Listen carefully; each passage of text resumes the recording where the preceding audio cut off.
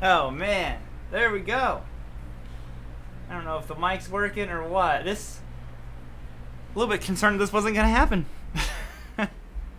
This was fighting me big time. And I think we got it. Let me know if you guys can hear me, if you can see me. I couldn't get it to work. I could see your chats over there and everything. Look, my volume knob's messed up again on my Les Paul. I can't turn it off now. This is all the way down, all the way up. It's obviously not meant to work on this guitar. Hold on, let me see something real quick. Check. Okay, my voice. Let me know if my voice is too hot. Hello, love from Dubai, love from Ohio. It was longer than an Anderton's video. That's because while I was trying to check it, I was trying to figure out why my camera wouldn't turn on. That's what all of the little Ace Frehley things were. Hear and see me fine? Awesome. You might hear some light roaring in the background, Steve. I jumped in your live stream just for a minute, but it's been so hot and humid here, and I saw my buddy Steve was talking about that too. And so I have a fan right here because I'm like I'm gonna roast in this room. For some reason, all the heat and humidity gets trapped in this room. So tomorrow we don't have like central air or anything like that. So we're putting the air conditioner window units back in. Tony, Nate, Hillbilly Guy, I think it's on Big Red Tower. Woo! Nicole, the Rocker, Guitar Man. A YouTube account. I like that name. Of course, my buddy Steve.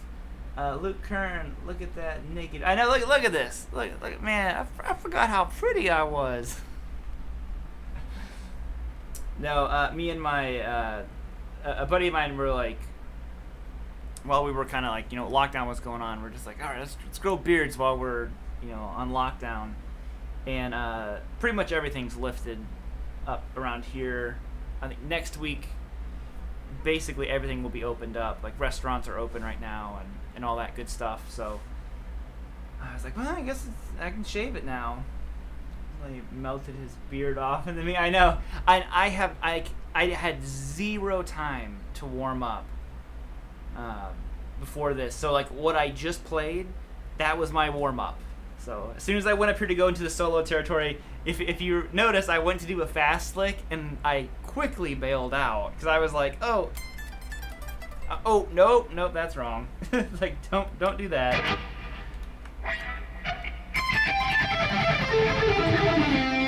Yeah, see, my hands are not in sync at all. They're also not Backstreet Boys, so in sync, Backstreet Boys, the whole thing. What do you think of Rickenbacker basses? I'm not really a Rickenbacker fan, I'm afraid. I love CCR, and I know a lot of the CCR stuff Fogarty recorded on his Rickenbacker, but is it Rickenbacker or Rickenbacker? I say Rickenbacker. sent by the great Trogley. He wants to review your 64 Strat still. Yeah, I want to actually get with Austin. You know, it's a kind of a funny thing happened. You'll see. I don't know when he'll post the video on his channel, but basically I saw a guitar that made me think of him, and I messaged him about it. So we'll see how that all unfolds. But yeah, I want to do more stuff with Austin. I've had long hair for about 3 years, and my brother about 2 came home and had his head shaved. Oh man.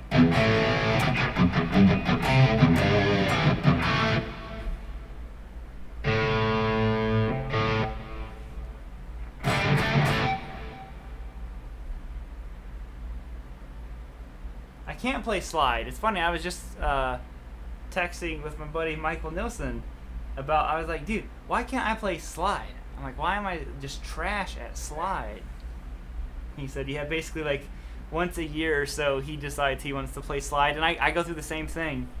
Try for like a week, I'm like, nope, I don't play slide, and I put it back down. I had slide guitar in, what was the song? Oh, if you remember the intro song I did that went like this.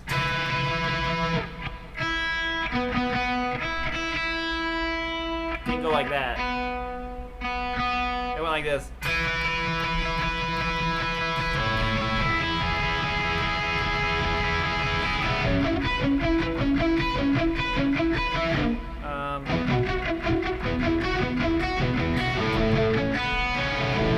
And there was a little guitar.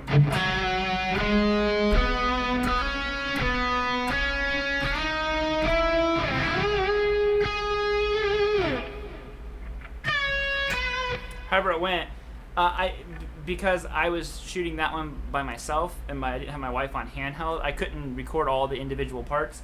But behind that, the harmony is actually slide.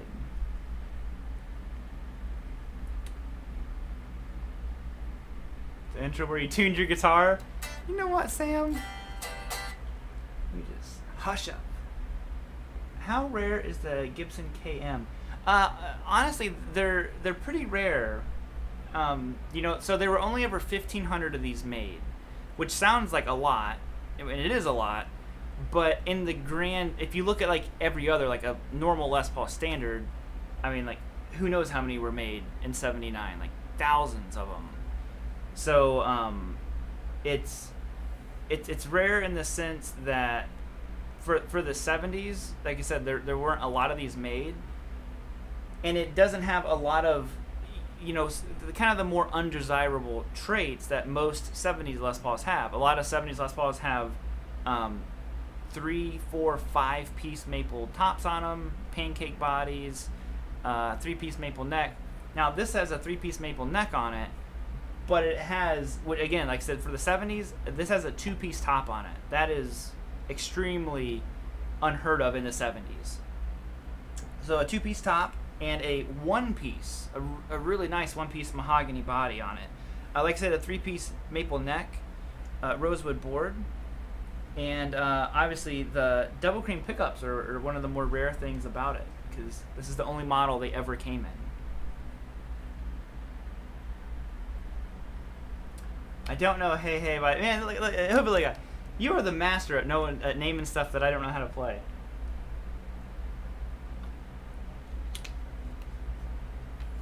Oh, Ed, thank you so much, man, for the super chat. I appreciate that. First super chat. Yay, rock on.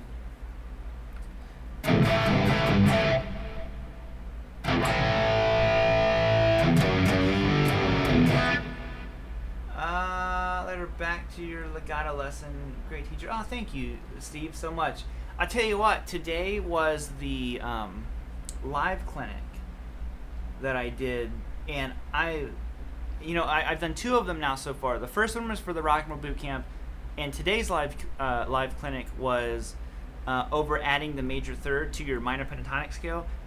Again, I was so happy with how the clinic went. Like, it was an hour and a half. It felt like it was like 10 minutes. Like, it went by so fast. Everyone who was there seemed to really enjoy it. I'm not sure if anybody is here in the chat who is in the clinic or not. I haven't seen you guys yet, but I was so happy. You know, like that's gonna be like a once a month thing. I'm gonna do this, and I'm looking forward to the next one. I'm already excited about it because I thought it went so well. Oh, Chad, thank you, dude. Hey, Robert, here's a super chat for a cold adult beverage. Thank you, dude. I really appreciate that, man. How are you, Chad? My pick stuck to my hand because of the water.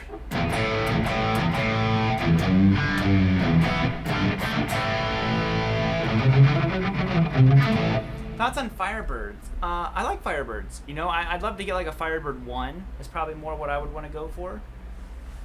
If ever the day comes, but get some humbuggies. Yeah.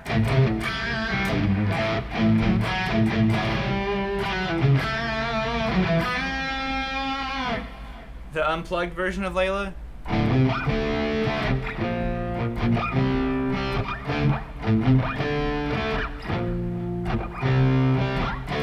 Layla, you got me on my knees, baby. That one? Sound just like him, don't I? Enjoying my intros? Oh, dude, thank you so much. You know, I gotta give props. The intro thing, which I've done it before in the past, but it has certainly been, you know, old Uncle Larry, Tom Bukovac, who kind of like, just what I've been learning from him really like just inspired me and lit a fire under me to like play more music. And that's, you know, I've been sticking with them. You know, I don't have a new intro for Monday yet. I'm going to write something tomorrow. But I'll tell you that the other thing that I've really been doing that is just making it fun, that's completely different than how I would do it in the past. Typically, what I would do in the past is I would write everything on one guitar. I would just sit here, a lot of times this guitar has written many riffs for me, and I would just do it all on one guitar. And then later I would track the stuff again, like I'd do like scratch track, and then I do my final tracking, and then I would mix up, use different guitars and stuff. But what I started doing now is I'm writing each part on a different guitar with no kind of like foresight of what I'm going to write. So like when I did the song that had the 12 string, I just shared it on my Instagram page because it's probably one of my favorite ones I did. But the riff was this. What was the riff? And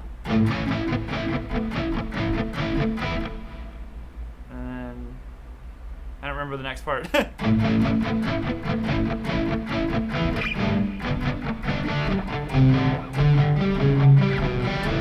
Something like that. And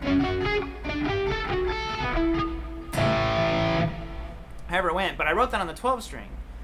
And then the next part I did, I was like, oh, I want some kind of tremolo thing. I could hear it, and I grabbed the PRS because I think the PRS has one of the best tremolos on it.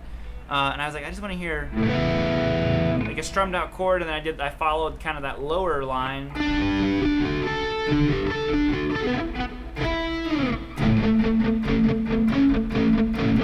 You know, again, and then like each part kind of unfolded, and then I was like, oh, it needs to kind of go into a little bit more of a rocky blues thing, and I grabbed the gold top, and I was like, okay.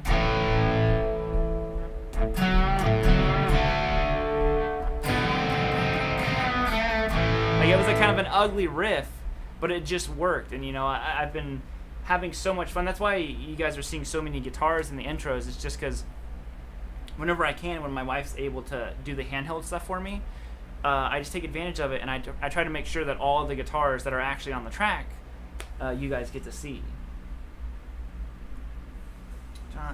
John says, with today's live stream, are you available to your trainee? I'm sorry, what was that? With today's live stream, be available to your trainee subscribers. I'm not sure what you mean, John. Sorry, if you don't mind, man, just elaborate a little bit more, and I'll try to catch that comment.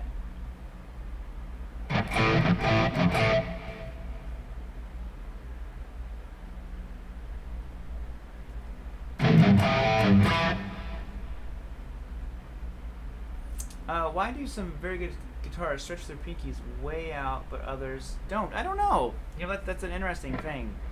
I'm not sure why, to be honest.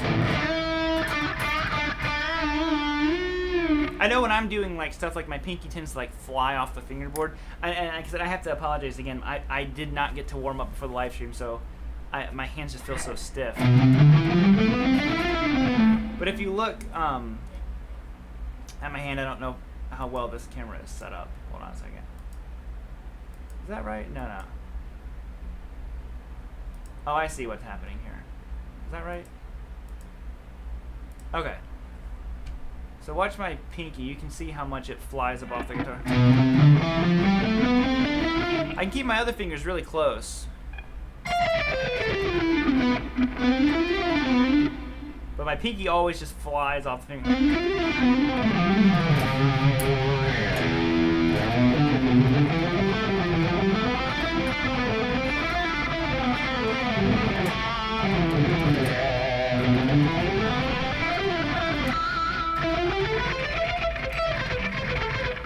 You know, so that's just what works for me. But I've never been able to master getting my pinky to stay close to the fingerboard like someone like Rick Graham or you know, those guys who just have such, you know, dominating control over the left hand. Oh, dude, car dynamics. Thank you, man. Thoughts on Fender Mustang? You know, I honestly love the Fender Mustangs. I think they're some of the best modeling amps. Now I haven't played any of the last 2 generations.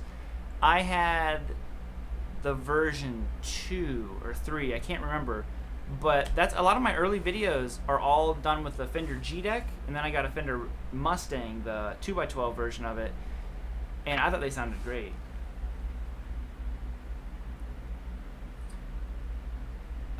Daniel said, Robert, I'm thinking about building a new room in my house, but it's going to be in the basement. There are loud machines, and I was wondering what you do to cancel out the noise in and out. Well, honestly, I haven't done a lot. Like, you can see some of the soundproofing panels around the room.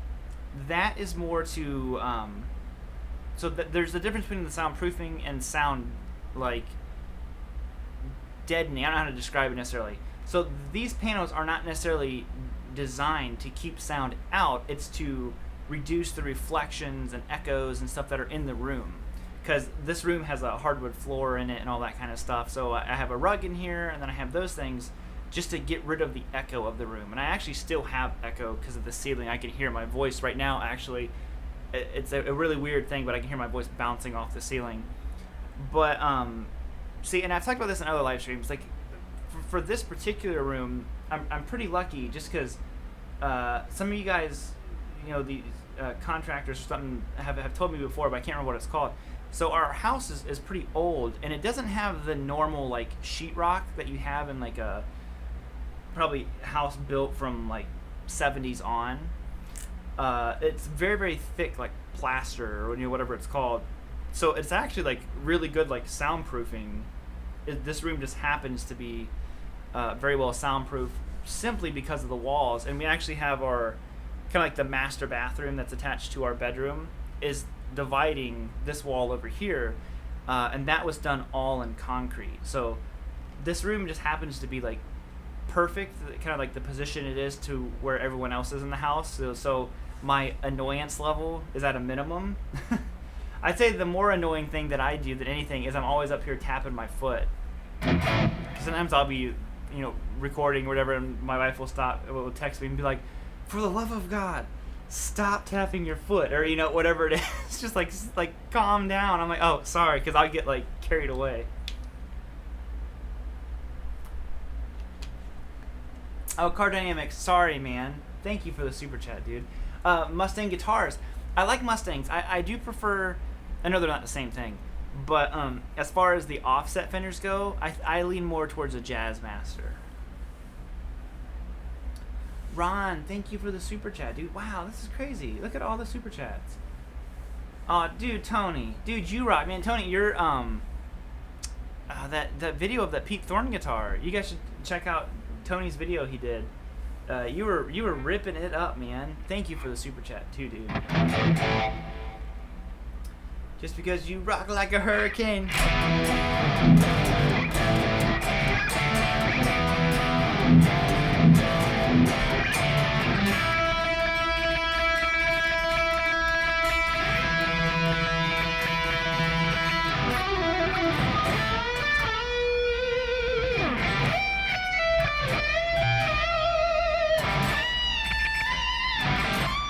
Oh, sorry. Oh, is that it? Is that right? I can't remember how that little outro solo goes. Oh, that's what it is. I remember now.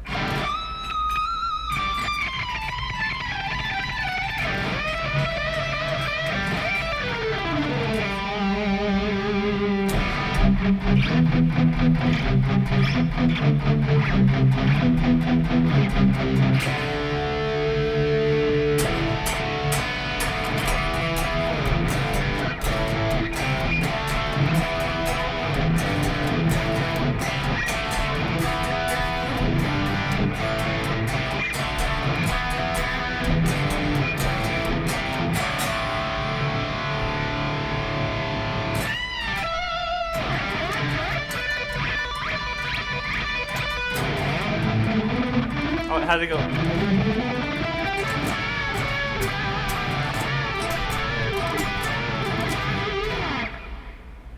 I remember what it goes.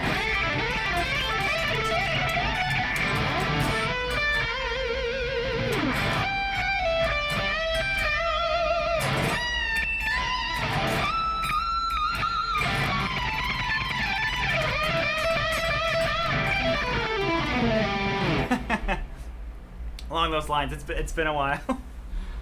Man, but thank you guys. That's very, very generous of you. Oh wow, another super chat. You guys are crazy. Leaky Cauldron says, "What are your thoughts on anchoring? Playing lead on anchoring." Do you mean anchoring with your right hand, or anchoring kind of? I've seen some people who like to bar and kind of anchor their hand. Like Red Beach does that. He kind of like bars his... I think anchoring in general is a bad idea. Because I think it kind of like, it limits you, regardless if it's your right hand or left hand. Because, you know, for one, if you're anchoring with your left hand and barring the strings, you're gonna get a lot of like note bleed because you're barring the strings. You know, think about when you play a lick like this. Here, when you're playing a lick like this, like the classic kind of in Stairway to Heaven, that 8 pull off 5 on the high string and 5 on the B.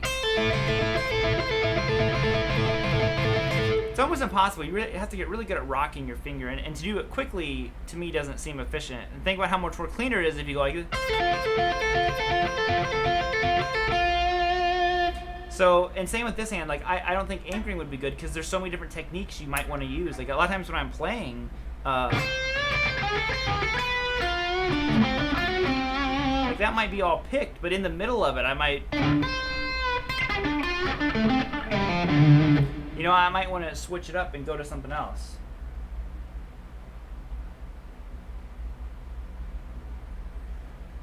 Sorry, hold on for 1 second. Text my wife back. Mason was laying on the bench as he passed out in there. There we go. But what I was going to say was...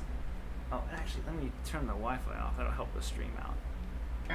I'm going to turn my distortion down. I've got so much distortion going. It's crazy. But, like I said, you might want to switch it up and all of a sudden use your fingers. If you listen to the most recent video I did, I can't remember what it was called, but the solo was done on 335. It was that kind of that funky... that kind of thing was going on. The intro to the solo went like this. It went...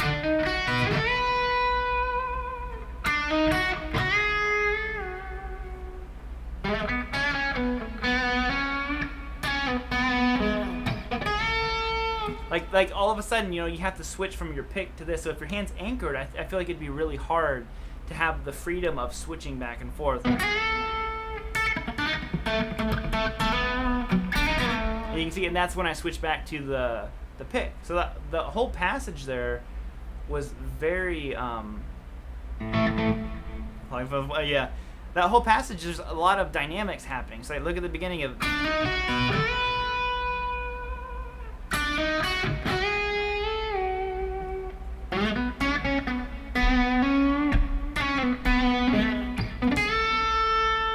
fingers. Back to pick. Back to fingers. You can see how quickly it's happened. Back to pick.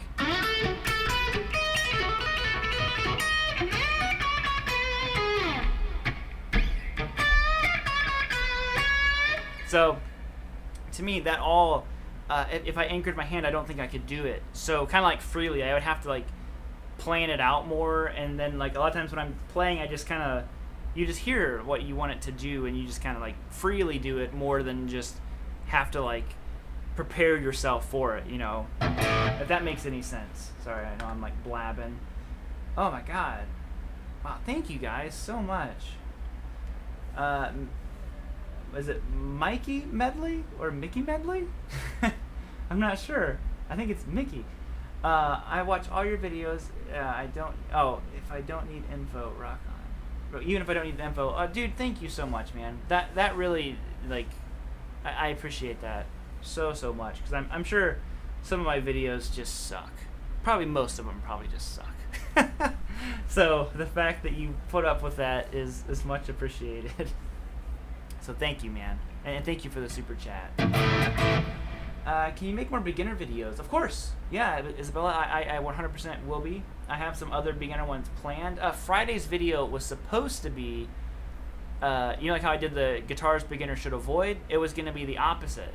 Guitars, you know, beginners should get or try to get, you know, or whatever it would be. Just because someone kind of like pointed out and called me out. It's like, why do you always focus on the like guitars they should avoid? You never talk about the guitars they should get. And I'm like, it's a good point. So I was gonna make that video, but I didn't have time. It would have taken a little bit longer. And Friday's video was, that was a headache. You know what's funny is the intro on Friday's video is not the same take that the audio is being used. If you watch. Sometimes my hands don't line up perfectly. I had so many issues with that video, with the audio and with my video stuff. I had to use the video from a completely separate take. Luckily, I had mapped out the solo. I knew what the solo I was going to play. So it was basically the same on every take. It's just like the vibrato was a little bit different at times and stuff. And I was just like, man, this sucks. I had to use like I said, the video from a separate take and the audio from a different take. And I was like, it's as good as it's gonna get. So unfortunately, that was, you know, what I had to do for that one. But oh, Krager, oh my God, thank you, dude. This is energy drink fun. Decontaminated energy drink, of course. Yes. You know, I still have not been back in a store. The last time I was in a store would have been like March 15th. So over 2 months. I just started going to the gas station, finally, and we started going to like local, like my wife wanted some flower things. We went to flower shops and, you know, stuff for Mother's Day. But yeah, I still haven't been to any stores. But thank you very much, Krager. I appreciate that. So when I go to the gas station tomorrow, I'm gonna get me a coffee.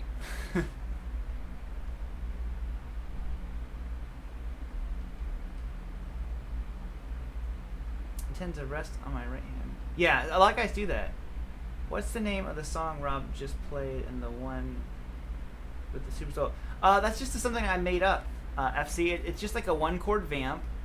It was actually all written on a baritone guitar, and there were a lot of different layers to it. So, and that was just a solo I came up with. So that was totally like, you know, sometimes you hear a song, like you're writing it, and you 100% know the guitar that needs to play the solo to it. Like when I was writing that song, I'm like, that is a 335 solo if I've ever heard one. And there are some songs, like the other one I was playing you, the I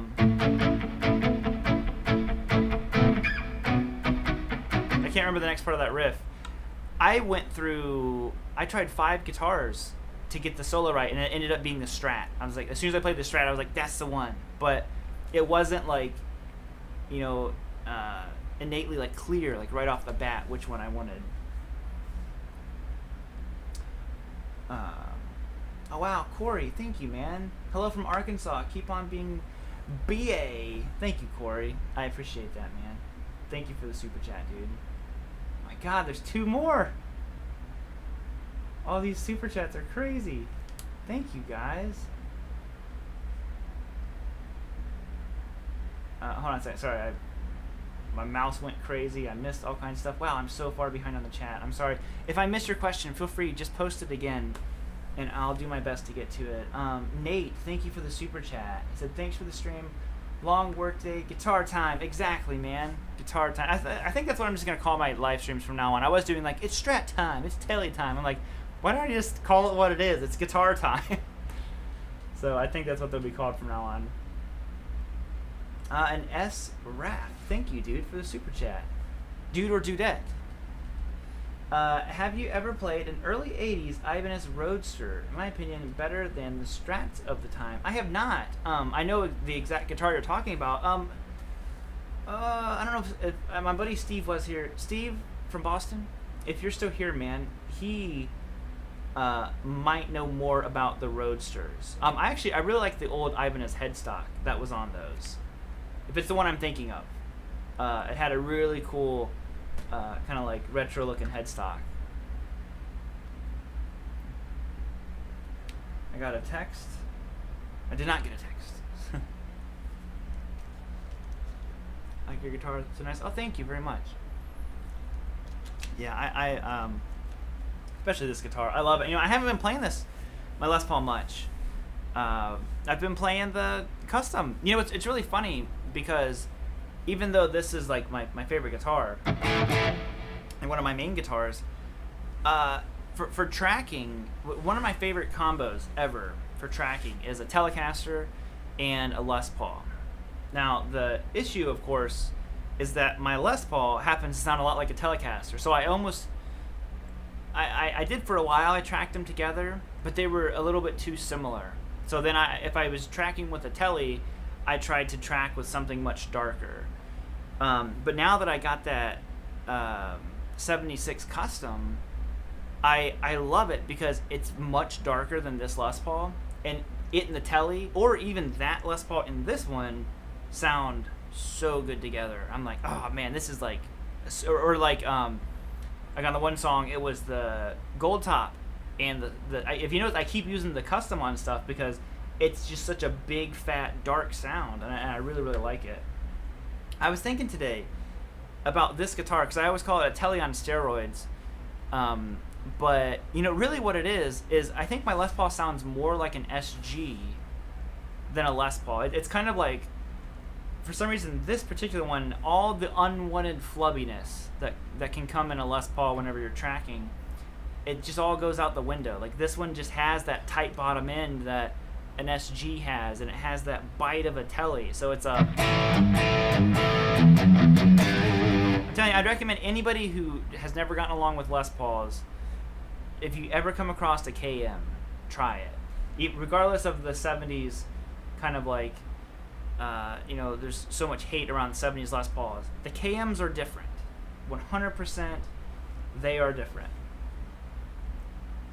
Oh, Sasha, thank you. Hello from, is it Minnesota? MN, is that Minnesota? I enjoy your videos a lot. Well, thank you very much, Sasha. I greatly appreciate that. This song goes out to Sasha.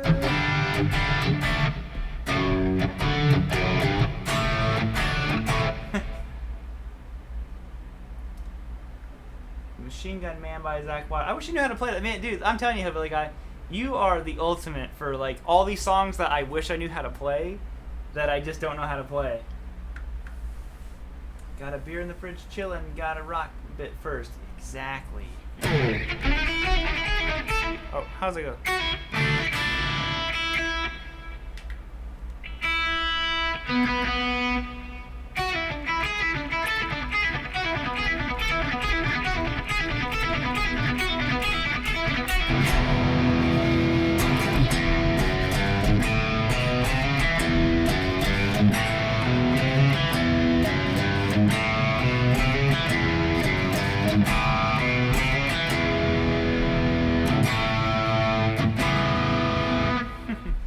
Oh, technically, SGs are Les Pauls.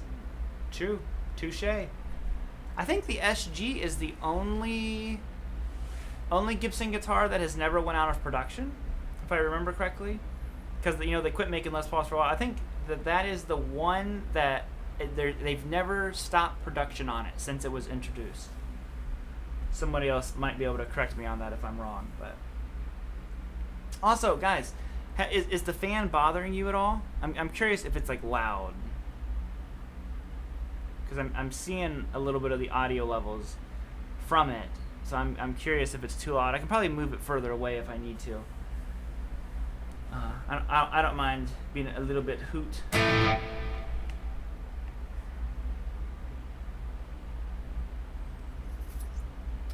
Thank you for a break from the crazy world, Rock On. Oh, thank you, KY. I appreciate that.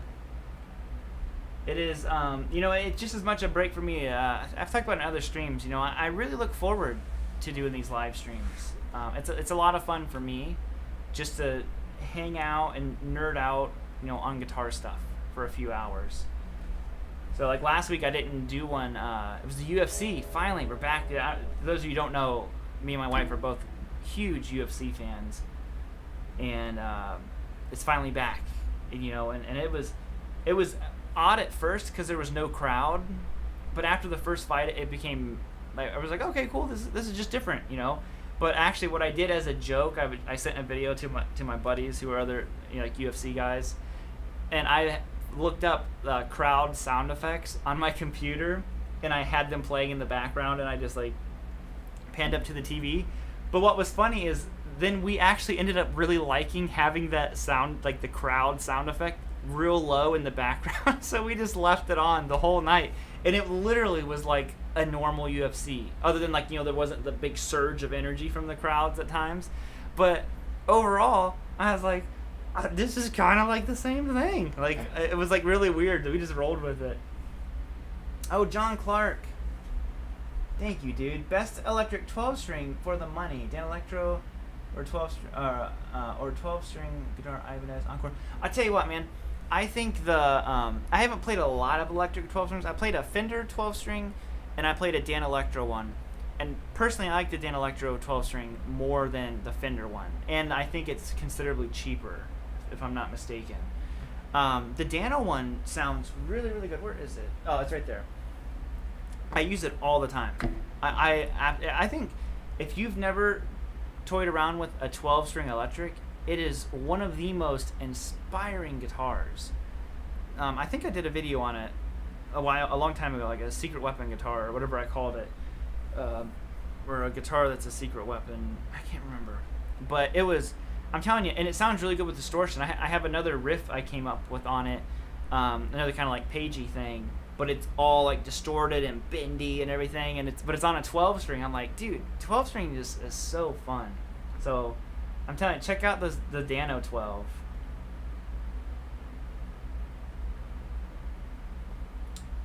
Oh man, I'm sorry, I didn't mean to miss your super chat. Electric Killer says long week of wiring buildings. Wow, thanks for all the inspiration and motivation to keep up the guitar journey. Oh well, dude. For one, thank you for the super chat. You definitely didn't have to do that. It is totally appreciated. But that's one of the coolest things is obviously, biased opinion. I think guitar is the coolest instrument, but it's a two-way street. I appreciate you saying that I helped in some small way, but you guys helped me just as much. And like lots of different ways. Like I said, obviously you're all very encouraging. I've said it before. I think that this particular channel that that we've all built has like one of the most positive and just like good comment sections from people. Like I very rarely have to like respond to someone who's negative or either just block them. Like if they're being like blatantly disrespectful, they just get blocked and I don't deal with it. But usually there's not too many, dumb comments and stuff. Like everyone's real supportive of each other. And, I don't know. Like I'm always like really, really proud of the channel on so many different levels. So thank you again for the super chat, man. I didn't mean to miss that my chat jumped on me. that KM just hits different. Yeah, it does. It really does. You know, like, so this is the guitar that made me like this middle. Although I think Page alternate picks it.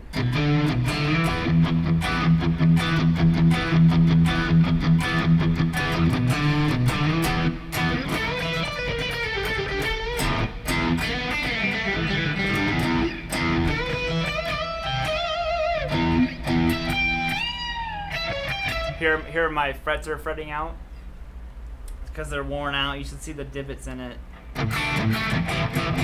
I've been kind of like purposely not playing this one as much because I'm not sure when I'll be able to get the frets redone on it, and it's getting to that point where it's kind of getting in a little bit of trouble. Hey, Mike, what's up, buddy? Sorry, I'm so far behind on the chat. Again, like I'll say it to you guys, if I miss your comment, please post it again. Like, as long as you don't go crazy and post it like 10 times in a row, feel free to repost your comment. You know, you should be proud of what you have built, buddy. It's such a positive environment. Oh well, like I said, you know, I really feel like it's not so much, you know, I've built it. I think it's all of us. You know, and I hope it always stays that way. If there's ever anybody, and you know, and there's a difference between like constructive criticism. Like I said, someone left a very constructive comment, and they're like, "Dude, why are you always focused on the negatives? Like, you know, guitars beginners should avoid." They're like, "Do something on the positives." I'm like, I take that totally as constructive criticism. I'm like, that's a great point. Like, I shouldn't just focus on the negatives. But when someone is just like, just posting something hateful towards me or towards one of you guys, I'm just like, bro, like, who has time to do that stuff? Boom, hid from channel. You know, I don't know if I'm just getting like more, like, the older I get, the shorter my like temper is to deal with stuff. But I'm like, who has the time to like deal? For one, I don't want to waste my time even dealing with this person. But if this is what they want to put their energy into, then go somewhere else. Hey, Shane, dude. After the stream, I'm getting ready to message you back. I haven't had a time to like actually send you a proper response back. So I'm not being a jerk. You know, 9 times out of 10, maybe I am a jerk, but this time I'm not. Gonna get 1 million subscribers if he just plays Zeppelin. Such a killer replica.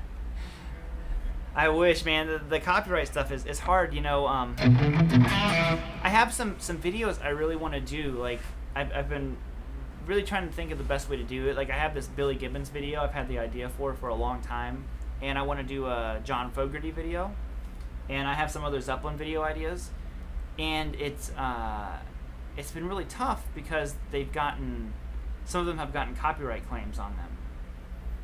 And the issue is that those videos in particular take so much time to make because it requires a lot of research into the history of whatever the song is and the band and their, you know, just their kind of like discography. I'm like, oh man.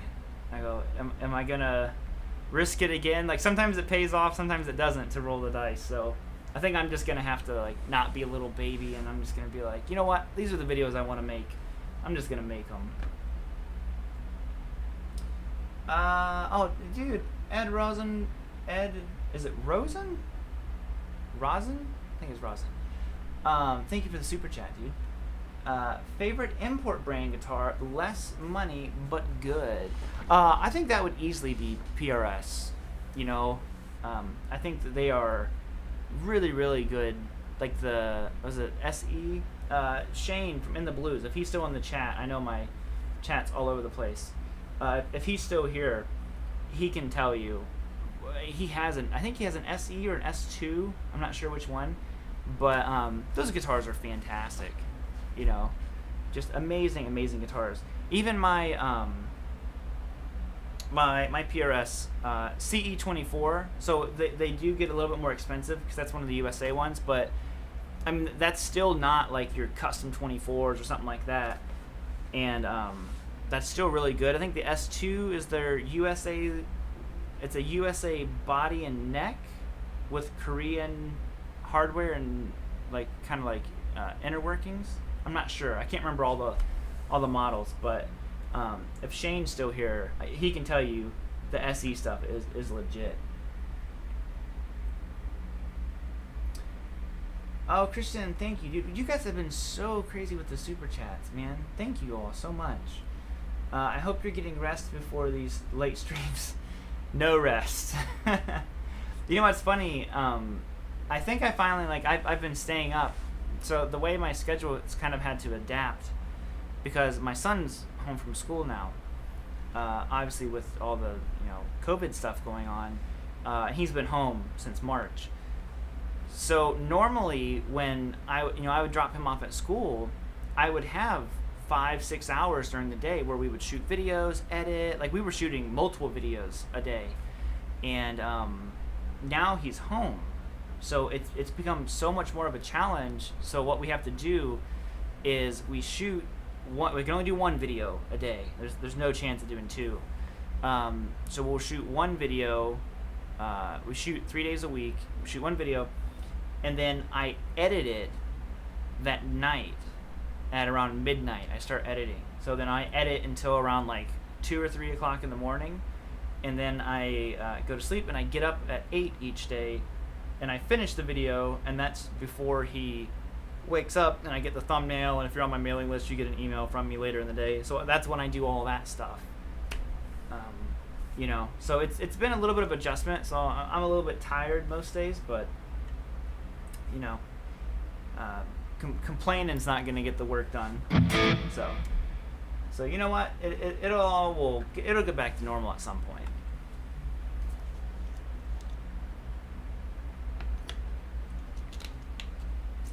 Looking at an old CE22, it's a little beat up, 100 top, pretty sick price. Dude, Steve, I'm telling you, man, my CE, out of all the PRSs I've ever tried, there's only been one, and Steve, you played the one I'm getting ready to talk about. Other than that McCarty 594 that was at GitCon, the CE24 is the best one I've ever played. I absolutely love it. It's got to be because of the maple neck. The maple neck has to be giving it the snap that I like, because I find a lot of the PRSs sometimes are too dark for me. And if the one you're looking at, Steve, is a maple neck with that rosewood board on it, get it. Don't even think. Get it. I'm telling you, you'll love it.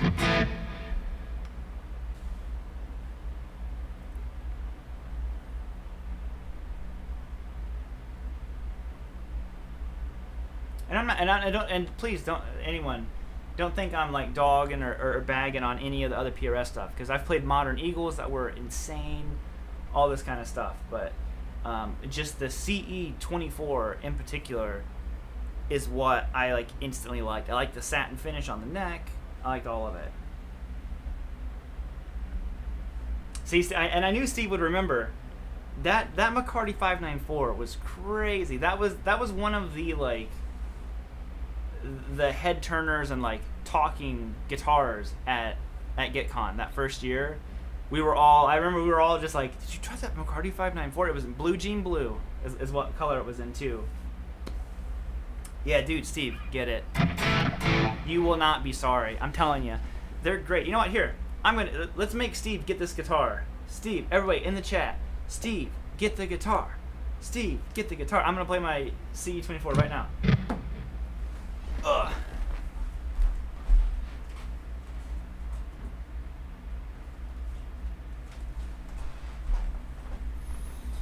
Knows I don't have shoes on. Sorry, that was probably brutal on your ears.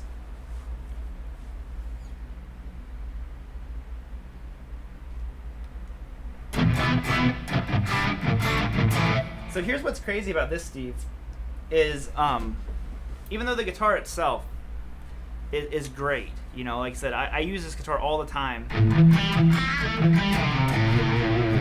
It has, without a doubt, I'm not sure what pickups would be in yours. I don't know what these pickups are called, 85 15s or 25 11s or quarter past 5s, whatever they are. Yeah, see, like Steve, you have to get it now. It has the best coil tap I've ever heard on a guitar. So here, let me give you guys some direct audio here for a second. And I still stand by this. I have yet to find a guitar that whatever these pickups are, that coil tap as good as this one does. So I'll do it untapped, and then you'll see me pull up the volume knob or tone knob.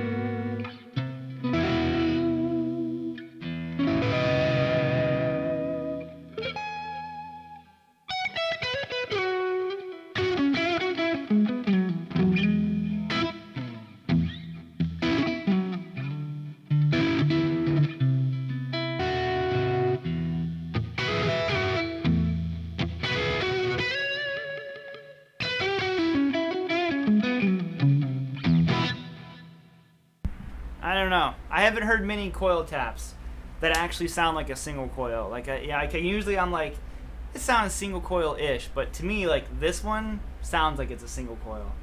Almost like a position 4, more than a neck.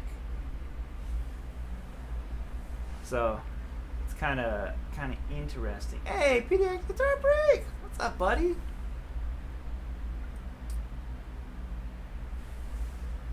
Oh, Ed Rose, thank you so much, Ed. It's the last cue. Do you like any shredder style guitars? Dude, I like a lot of them. It depends what you mean by like shredder style. Like most of the shredders that I like still have a lot of like feel to their playing. So probably the most shreddy guy that I personally like is like Jeff Loomis. He's like one of those like, to me like a shredder. But I think Jeff has a lot of feel in his playing, like, you know, amazing vibrato. Still has like the bluesiness in there at times when he wants to. But I love Loomis's playing. And then there's all like the '80s shredders, but they're like different from like modern nowadays shredders, you know. So to me, Jeff is that like that middle ground of like he's like incredible shredder, but then he has all this feel to his playing. So. You know, like that, or of course like Lynch and Warren DeMartini and Nuno Bettencourt and all those guys.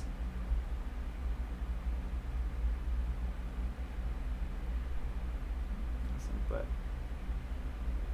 yeah, see, exactly. See, there have been very few guitars that I think have decent coil taps on. That's why I never even get him on guitars. Like even if it's like ordering a guitar that's, you know, made from scratch. Like, do you want a coil tap in there? I'm like, nope, not at all, because I know it's not gonna be any good. Let's make sure my mic was still on. Loomis lives 2 hours north of you. That's awesome, man. He's such a cool guy. Me and him have chatted a bunch through like Instagram and all that kind of stuff, and he is just.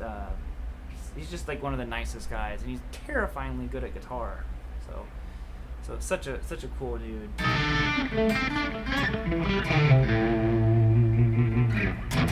Oh, and the other thing, Steve, I was gonna mention as I continue to try to talk you into this guitar. So like I said, the two standout features on this guitar, 100%, is the coil tap, like I said, and there's no way that's this tone. No way. I think my thing is messed up. Is that what I'm on? Hold on a second. No, okay. I was like, I do not believe that's what that tone I was on for a second. But anyways, so like I said, the two big standout features of this guitar are the coil tap. Sorry, I'm getting all distracted. And the tremolo system. On all my other tremolo guitars, I literally dock the trims, like tighten the screws all the way down. I put 5 springs on them. I'm like, please don't ever be a tremolo again. This one is such a smooth sounding. Let me get the chorus off because I'm kind of like double chorusing with the tremolo. It just sounds so...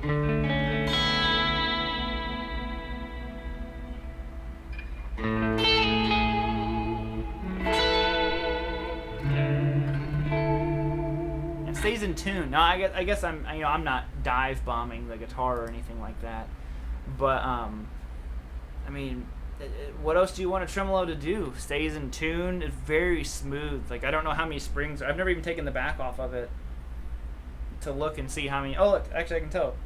There's four springs on it. Wow. I think it'd be tighter than that.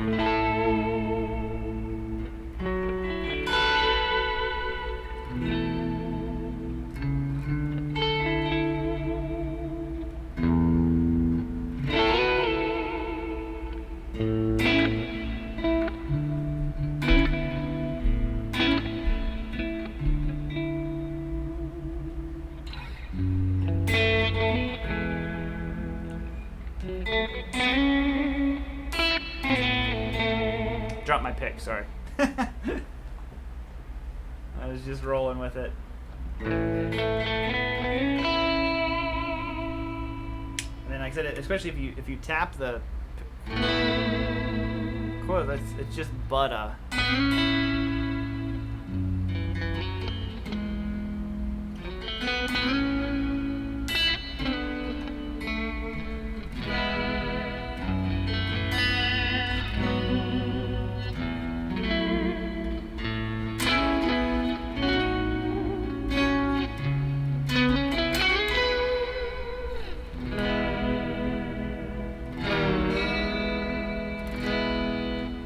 To me, that's a pretty decent dive on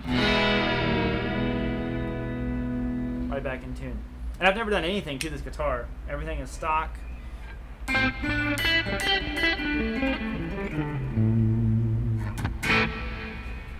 So, anyways, though, great guitar. I don't feel like playing it.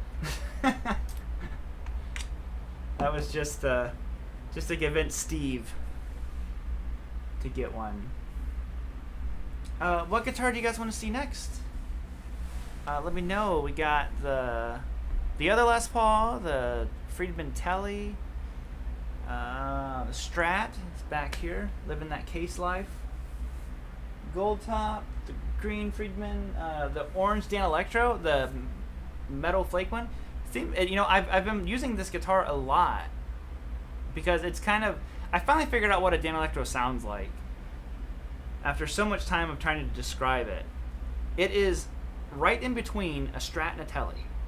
Is what it just has its own unique sound, and doesn't sound like a Strat, doesn't sound like a Telly. It's right in between them.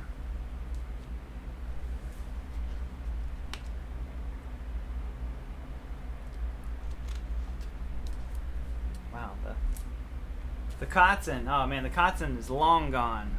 I sold the Kotzen and put that money towards the Strat. The Custom, the Strat, 12-string blue Telly, 62 Strat. P90, so far the Strat. The Strat wins. Yeah. Lots of Stratters out there. There was a guitar stand over there at one point. I feel like it was there when I started the stream, but it's not there now.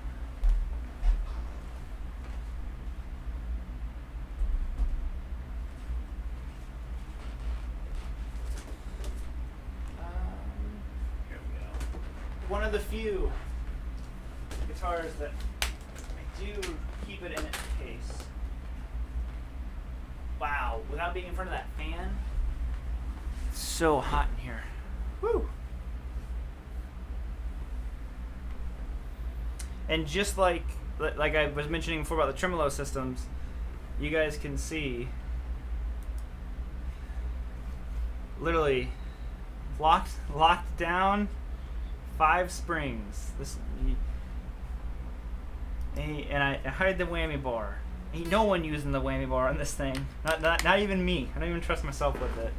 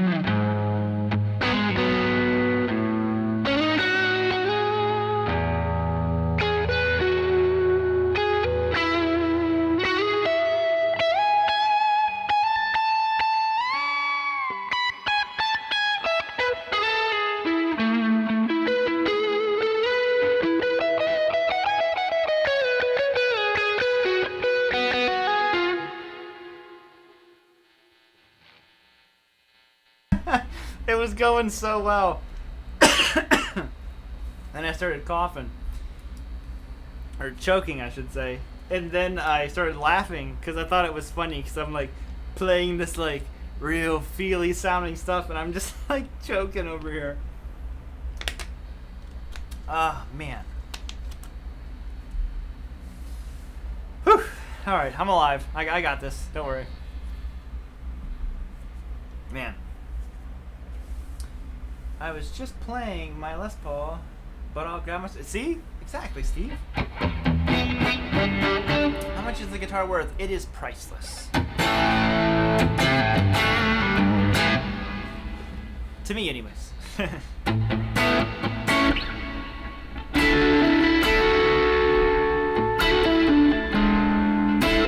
I was messing around with this the other day. I was taking a picture for one of my thumbnails on my video, and I think I had the Strat in my hand, and I just did this. I was like, oh I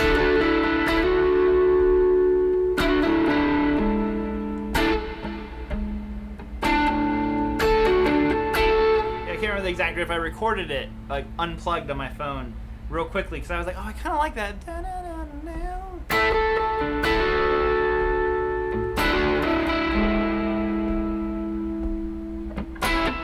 Oh no, I'm wrong key. I was thinking A for whatever reason. I'm in D.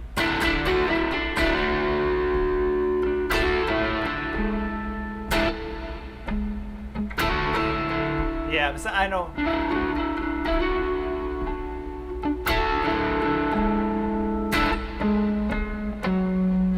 No, I don't know where it would go from there. But I just like that little beginning. The and then.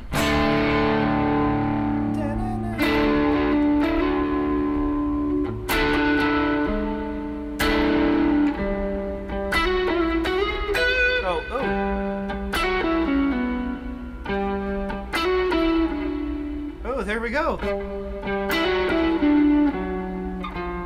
Nope.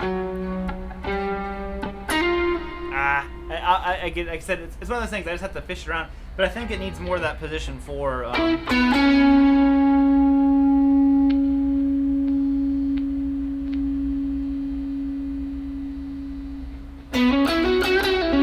Yeah, position 4 sound for sure.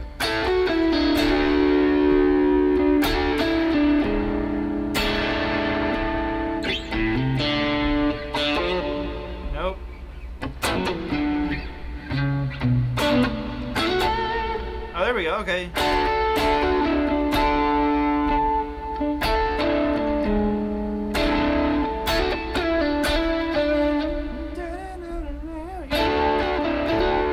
You can kind of hear it.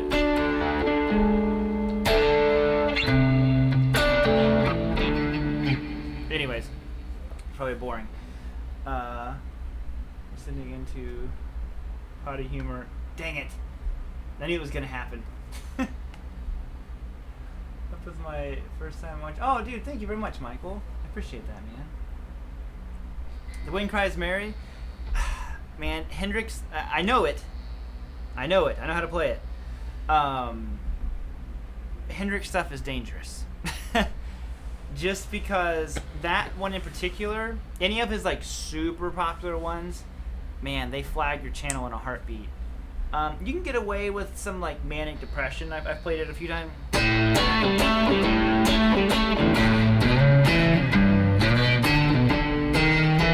But even that, I'm scared to like play more than that.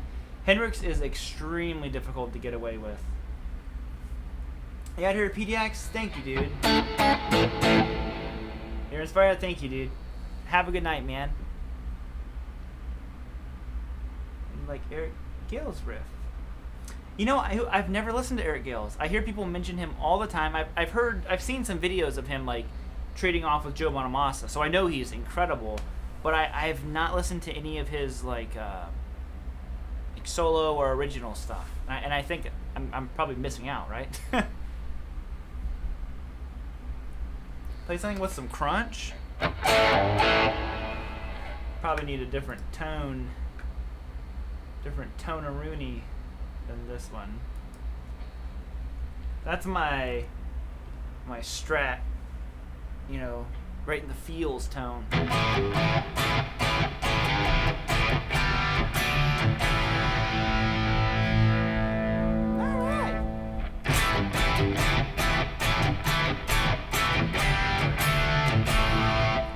Dude, I feel bad. Like every song you ask for Hillbilly Guy, for some reason I can't play it. Dude, I don't know how to play Couldn't Stand the Weather. Oh my god. This is a monster. Check out his studio videos. He's off the planet good. Oh, I need to. Like.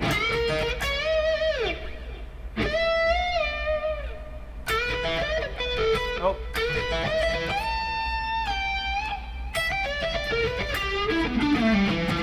Why it's so hot today? I don't know, man, but it has been hot. And like I said, we don't have our air conditioners in yet. So, I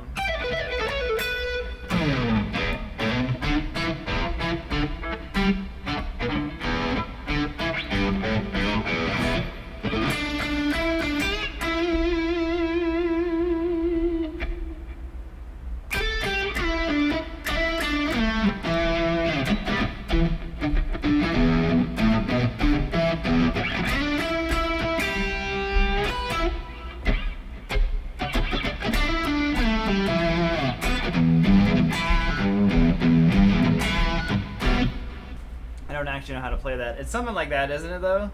That,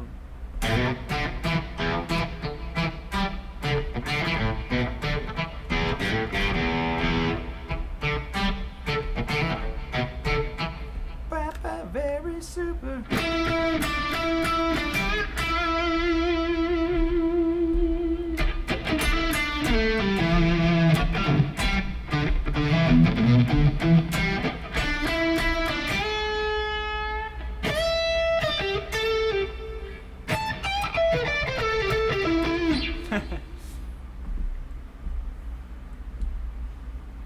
Cold in Australia.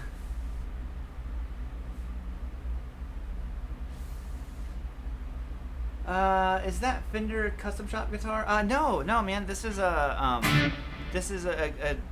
legit 60. I don't want to say custom shop guitars aren't legit, because by all means, they're probably better than this. But this is you know, the real deal, man. It's an actual 63. It does have a body refit, so I think that's what throws most people off. But this is one of my babies. Don't even look at it. Stop looking at my guitar.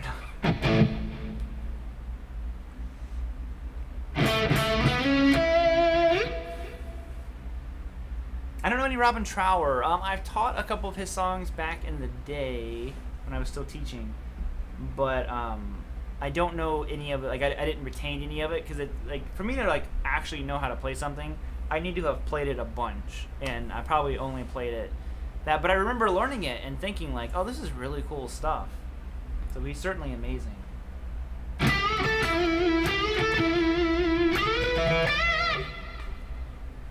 I did steal, I think I'm going to talk about this in another stream, but I did steal a little lick from Robin Ford recently.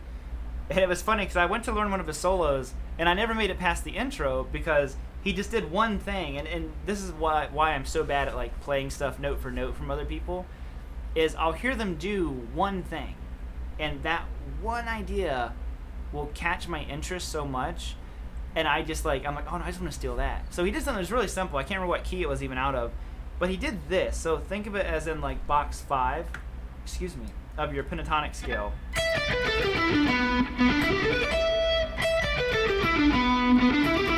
Okay, so you're in box 5, and he did this. And I don't even know if this is where he did it. Like it was just audio is all I heard. There's no video, but it sounded like he was doing this. And I thought it was so cool. I'm like, oh my god, I love it. If you listen to it, I've been doing it a bunch in videos. Because I work out of box 5 a lot because I like to bend my flat 5.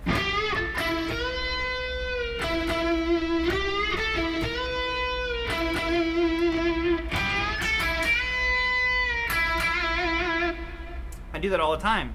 And what's kind of cool, another thing that I do all the time is what I literally did a clinic on it today. So if you were at the clinic earlier, you're familiar with what I'm talking about. I add my major third all over the place to my minor pentatonic scale, and my major third happens to be right there. So if you're out of the key of E, then it's just your G sharp. So it gives you this really interesting little chromatic section here. In my mind, this is what I see when I'm playing that.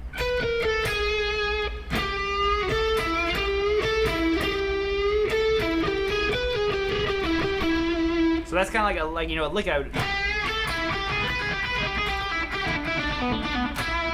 But right there,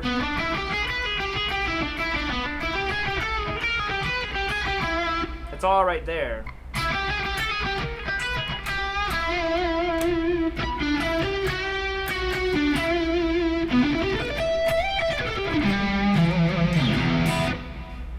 So that is something I stole. Like, to me, I get more out of sometimes like little ideas than I do like learning a whole solo. Oh, my buddy Sam, dude, thank you. He said if I bring my keyboard over, can we play some jazz? Dude, bring your keyboard over, all the way, New Zealand, all the way over here to Ohio. Jazz fusion. Let's happen. Let's make this happen.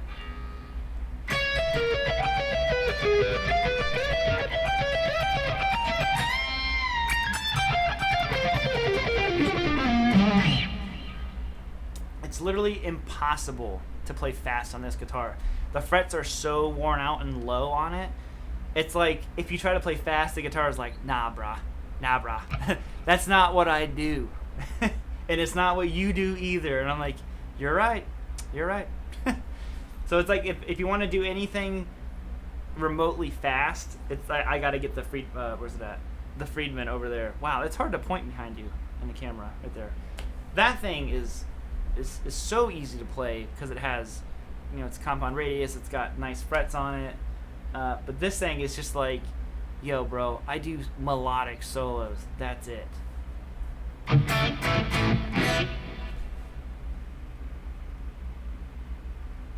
Rob, your vid on giving your solos space and letting them breathe was great. Should be required curriculum for every guitarist. Thank you, Hillbilly Guy. Sorry that I haven't been able to answer or play any of the riffs you've suggested, but I do agree. I think that someone else said it really, really well.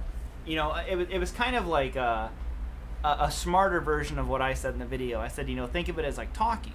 When you're talking, there's pauses and all this kind of stuff. And someone commented, I don't know who it was, but they said that playing guitar or just solos, whatever it is, think of it as it's grammar, it's punctuation. Like he said, there's commas, there's periods, there's question marks, there's exclamation points, there's all these different things. Like, and I was like, that's a really good analogy because if you think about it, I mean, you could be playing something and there's it's called call and answer, but it's like, you ask a question.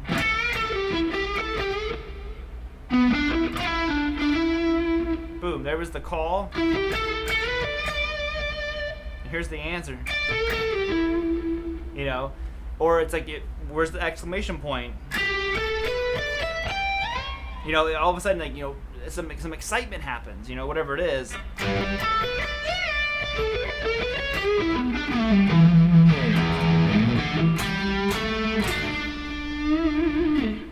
All kinds of stuff. I mean, you even learn all your little guitar tricks and stuff. Just like all those goofy things that you see, Zakk Wylde, Eddie Van Halen, and all that stuff do. Like, they're fun, man. Billy Gibbons is one of the best at doing just enough with the solo. Yeah, exactly. The solos and the old man is a masterpiece. Dude, yeah, so much of Billy Gibbons stuff is just incredible. That's why I want to do a video on him.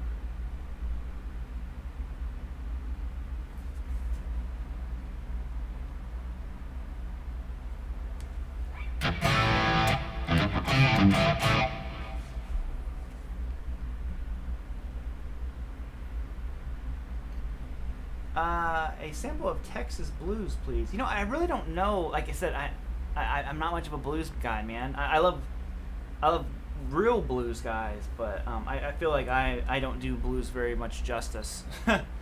I'm like I said, I'm just that rock guy who some of his favorite guitar players happen to have very bluesy backgrounds, like like Billy Gibbons and Angus Young and all that stuff. So I'm a very like watered down blues guitar player, to the point where it's kind of like you don't realize how bad I am until it's like up next to a real blues guitar player. And I'll be the first to admit, I'm like, oh man, like, you hear a real blues guy and you're quickly put in your place. Is there any sense in changing pickups, Gibson SG faded, maybe some Seymour Duncans? I'll be honest, I very, very rarely change pickups. I have to like legit dislike the way a guitar sounds before I change a pickup. That's what happened to my Gold Top. I changed the bridge pickup in it. It was a Duncan Antiquity. Now it still has the Antiquity neck pickup. I really liked that one. It's like a really creamy sounding P90. I did not like the bridge at all. And I switched it to the same P90 that's in my Friedman Vintage T. That's a Friedman Classic P90. And I like that one. But 9 times out of 10, I just keep whatever pickups are in there because I just view that guitar as like that's that guitar sound. Like that's what it sounds like. And it's like the Dan Electros. They're not the most expensive guitars, but I think they have a very useful and just kind of like interesting sound. So like I said, you see me use especially like my favorite is like the 59 because I'm a Page nut and he played a 59, but I use them so much because they just have a really interesting sound that sits really well in a mix. Discovered Richie Kotzen and his playing reminds me of your style. Oh wow, that's a huge compliment, Pete. I'm a very, very big Kotzen fan. Actually, I spent a lot of time learning Kotzen stuff back in the day, and I wish I could play anywhere near as good as him. A lot of like the more chromatic-y, lines that I have, a lot of them are very Kotzen influenced. His legato playing really influenced me a lot. Even his, I still do it a lot actually. Like his little. Like that's 100% a Kotzen thing, and I do that a lot. Where it's kind of like the little sweep. This is not the guitar to be doing this on.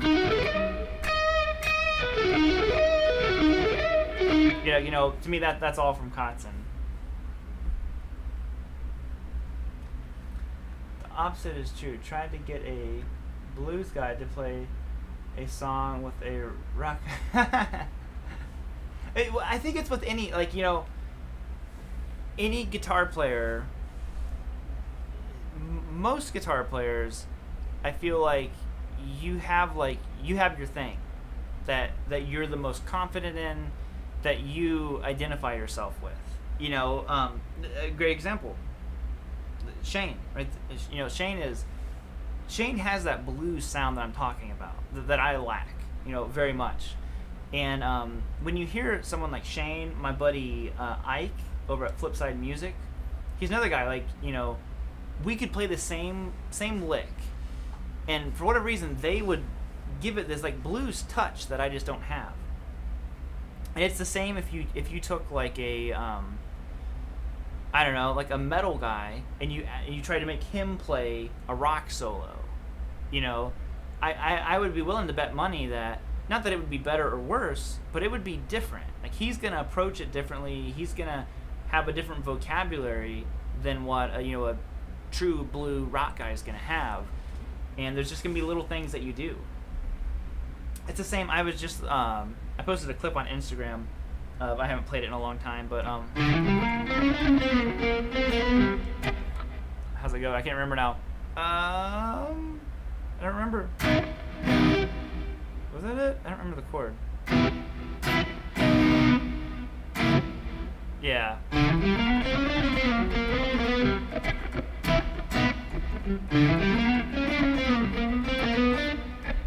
then it goes. I can't remember the chords anymore. It's a Brent Mason thing, but it's like this jazzy swing called swing with a sting, I think. And I can't do it right. Mine's like rock with a flop versus swing with a sting. Isn't rock and roll the evolution of blues somehow? Oh yeah, 100%. You know, blues is where it all came from. But there's certainly a lot different between a rock guitar player and a blues guitar player. Like I said, there's different There's a difference with playing with a blues feel and being a blues guy. You know, it's the same with like rock. You know, who was I just talking to? I can't remember who I was talking to.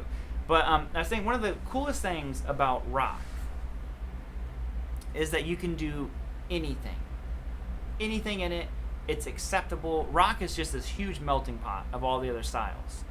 So it's like in a jazz song, for example, I'm not trying to pick on jazz, I think jazz is amazing, but in a jazz song, you couldn't suddenly go into this power chord section or this, you know, blues thing. I guess you could, maybe it's fusion, but you know, it would not be as accepted. You know, or even like improvising, like jamming. Like think about that.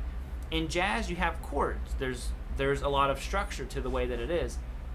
Rock, I could be playing something, you know.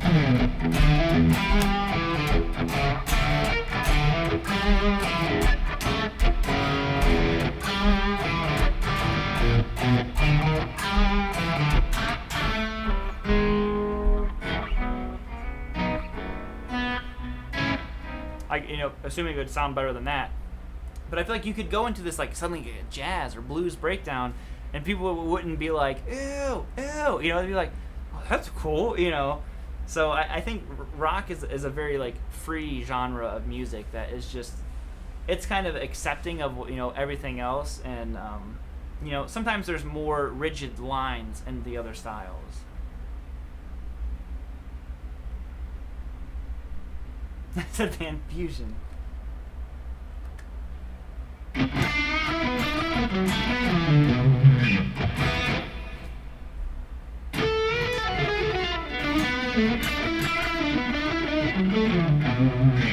Rob, who is your Mount Rushmore of guitarists? That's an interesting question.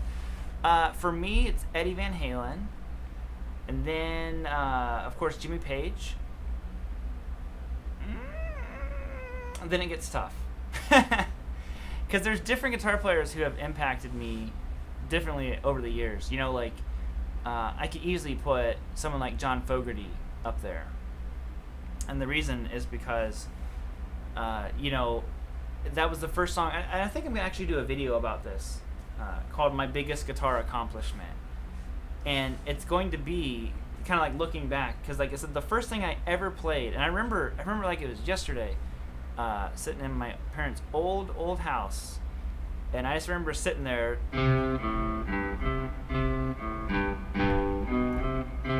playing that, and my dad happened to walk by my room, and he was like, hey, that's CCR. It was the first time anybody could even tell what I was playing. You know, I've been trying to do other stuff. I've been trying to do like the 3 a.m. by Matchbox 20. That was my first guitar teacher showed me that. And I couldn't get those chord changes down yet. This is like, you know, first couple weeks of playing guitar. And I remember I was working on that. And my dad knew what I was playing. And I think the next thing that I could play that he knew what I was playing, if I remember correctly, was Cocaine. That's all I knew how to do. You know, other than like, of course, like, you know, Smoke on the Water. But that I wasn't playing it right. Like these songs, I was playing it like the song. And I just remember how like encouraging that was. Like someone knew what I was playing. Like it was the coolest thing in the world to sit there and to play something and someone be able to recognize what I was playing. And I think that has to be like, for any guitar player, like one of the, like just your ultimate accomplishments. And you only get to experience it once. You know, there's only that one first time that someone recognizes like oh my God, I'm playing something that sounds like music. You know, so I think I want to do a video about that.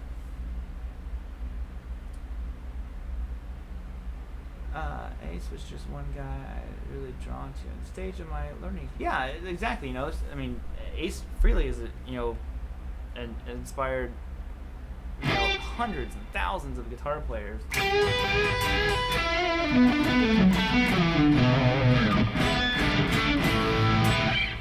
Yeah, see, Hillbilly Guy, it's tough because then, like I said, it gets so difficult because Zach Wilde is another huge, like, huge impact on me as a player. You know, like, all those, like, all that stuff was like a big deal when I was learning it. I don't even know if I could. I don't think I could do it. But I know Jimmy Page and EVH would be up there. Like I said, there's John Fogerty, Zach Wilde, Nuno Betancourt was another big one for me. That's tough. Eric Johnson, huge one. Lil Wayne is the GOAT. Yeah, I mean he's too good to even be on Mount Rushmore, right?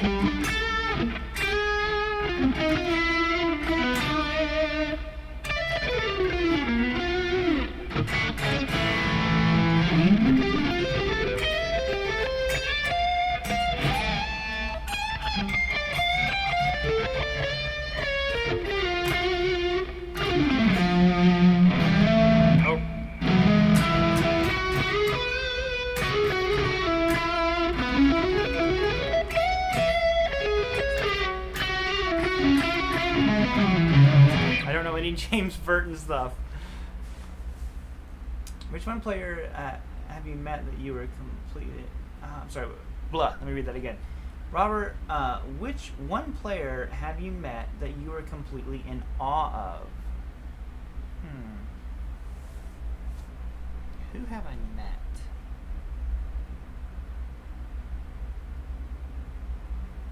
I'm trying to think, like, different moments of meeting players.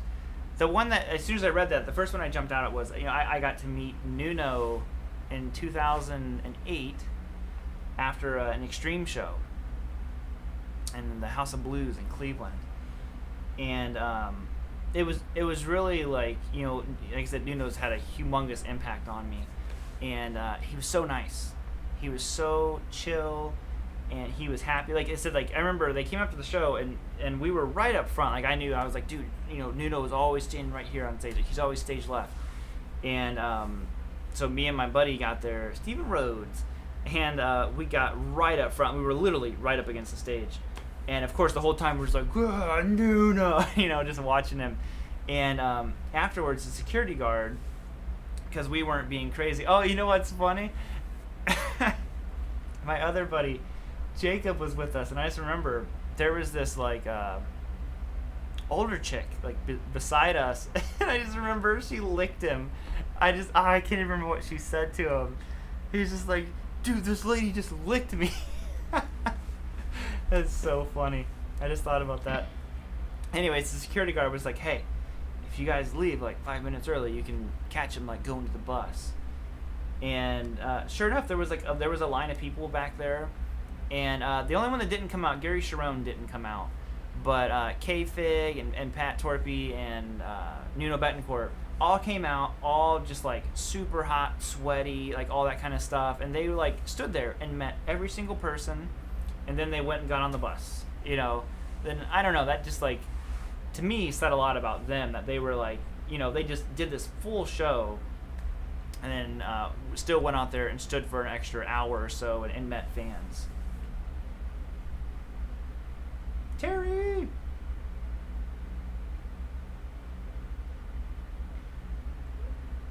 Would a gain pedal get me more gain than a stock amp? Yeah, you know, a lot of times what you want to do is you have to watch what kind of pedal you have. Is it an overdrive pedal or is it a like legit distortion pedal? So make sure which one it is. What axe are you playing? This is my Strat. So this is just this is my 63, and these are just, a lot of people ask me about the pickups that are in this, and these are just, you know, whatever the standard pickups were back then. I don't know if there's a particular name for them, but they're just whatever came in them.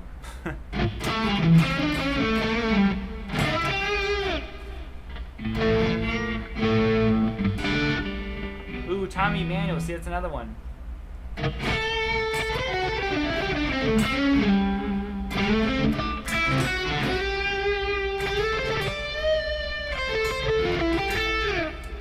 Knopfler, Slash, and Neil Giraldo. Ooh, nice. I wasn't expecting that. Nice 3. Rob, if you ever played one, what's your opinion on solid rosewood necks? I really, really like them. I like them so much. They're really, really comfortable. They feel really nice. I don't know if my buddy Steve from Boston's here or not. He was here earlier, but I think Steve has 2 solid rosewood neck guitars. I think he has a Telecaster and he has a Strat, if I remember right. I think one's Seafoam Green and one's Candy Apple Red. If he's still here, maybe he can chime in. But if not, they're really, really good. I love rosewood neck guitars.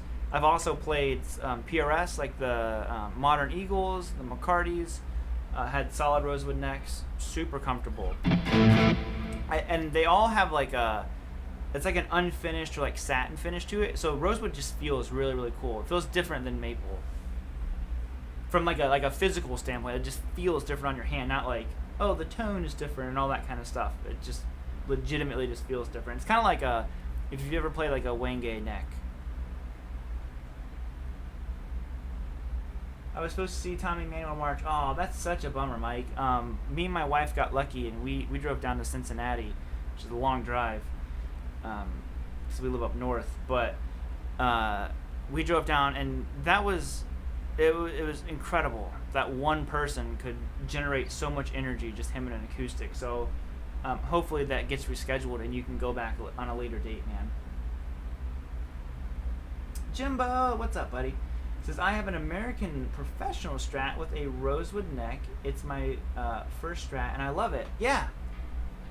Like I said, man, those rosewood necks are really good. Actually, I thought about getting my Friedman back there an all rosewood. They just, if I remember right, they didn't have a big enough piece of rosewood to do that. Can you play Who Comes In by the Pixies? Is my guilty pleasure song. I don't know that one. A guilty pleasure song? I don't know. I don't know if I have like any like legit guilty pleasures. Because I'll jam to like anything, you know. I'm typically not listening to like rock and stuff nowadays.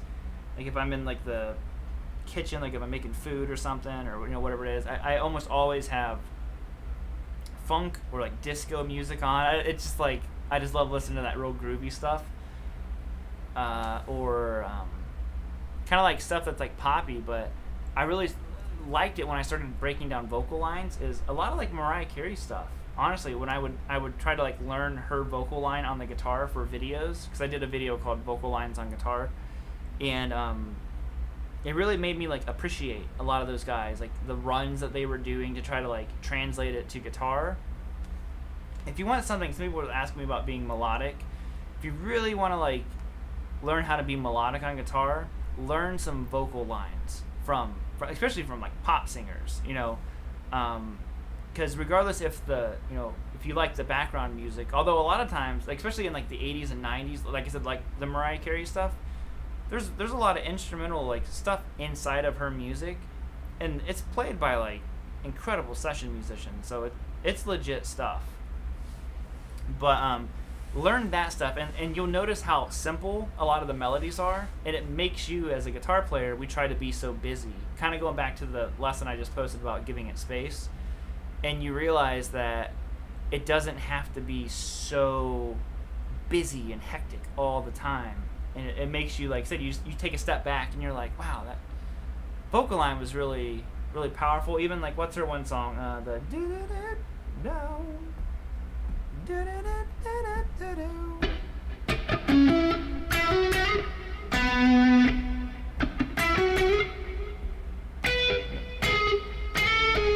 that's what it is. That one. But like I said, so like look at that vocal line. What is that song called? 'Cause your love is baby. Like that. You didn't know I could sing Mariah Carey, did you? But look at how simple it is.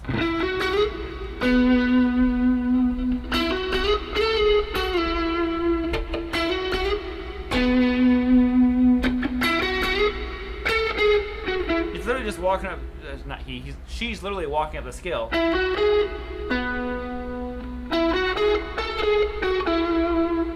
So it teaches you to, like, you know, just rhythm and melody is king over everything else. So simple, you know. And then we were as one, baby. Okay, I won't. I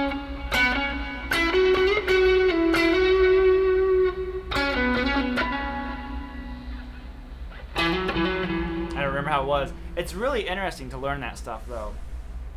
And I even did stuff like, what is that one that goes?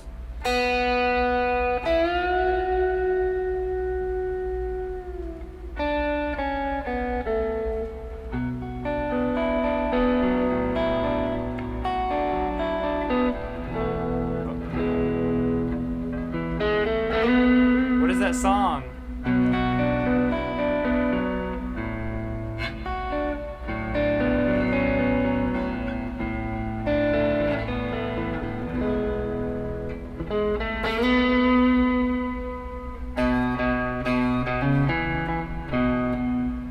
How's it go?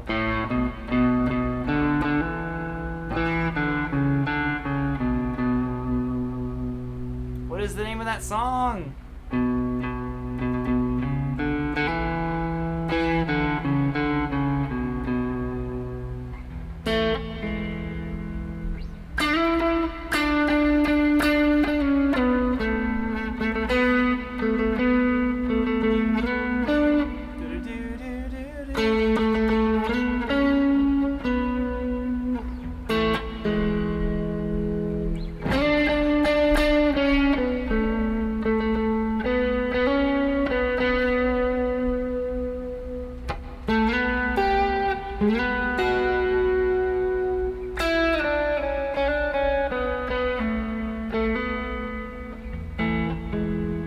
Yeah, Wicked Game, of course.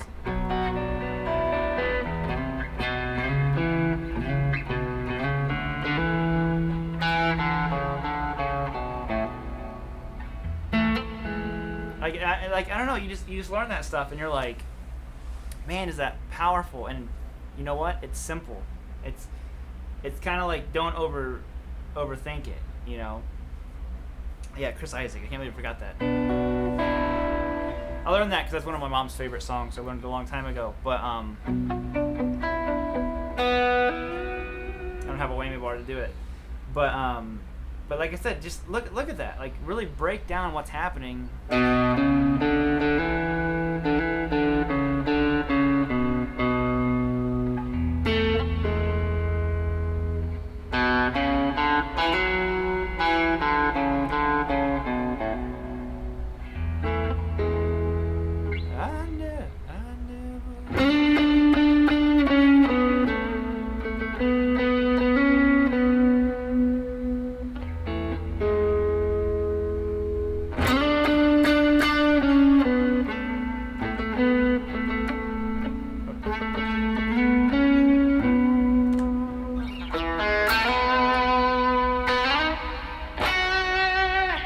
So on.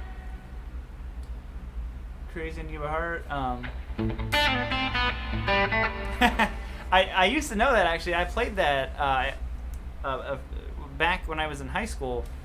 The band that was in, I took media for my last 2 years, and I opened up for the band. I just did like an acoustic performance, and I did like a couple different pieces, and that was one of them. That's how I started. I was like, however you play it, I don't know how to play it anymore. God, that would have been in 2007 that I did that. Robert, would you recommend? Rob, would you recommend thicker strings or thinner for melodic like that? You know, Rick Beato did a really good video about tone and strings. So if you're focused on tonal playing, watch his video. To me, none of that stuff matters, because what I care more about anything is the feel of the strings. You know, tonally, that's more of a... I manipulate the tone controls or the amp and all that kind of stuff. So like his video is really interesting, and he's totally like dead on. But just for me personally, that's not really what I don't really care so much about the sound as I do the feel, because I can always change the sound. But I use 10 to 46 on everything, and it's just about, it's not even like the tension or anything like that. It's literally just the thickness of the string that I like. I remember we were in Dallas 2 or 3 years ago. Steve was there. I remember I played this guitar, and I asked him, I was like, what gauge strings are on this thing? And because I didn't even play it as I felt the strings, and they're like, oh, they're 10 to 46. I'm like, there's no way these are 10 to 46 strings. And he was like, yeah, they are. They're 10. I'm like, dude, there's no way. It's impossible. Not Steve. This is, I can't think of his name right now. But he's like, well, let me get you got this like tool out to measure it. And he's like, you know what? Those are 12s. I'm like, I knew it. I didn't need to play them. You just feel that you cut down a telephone pole and put telephone wire on this guitar. So to me, I just like a thicker strings, like 10 to 46. And I might go lighter, as my hands get older, I might go lighter gauge strings. But for now, I just like, it's like the way 10s feel. It's not even, like I said, it's nothing to do with tone. It's all about the feel. Better songs that I played back in the 70s, 80s that I cannot remember anymore. Oh, dude, I've forgotten so many songs.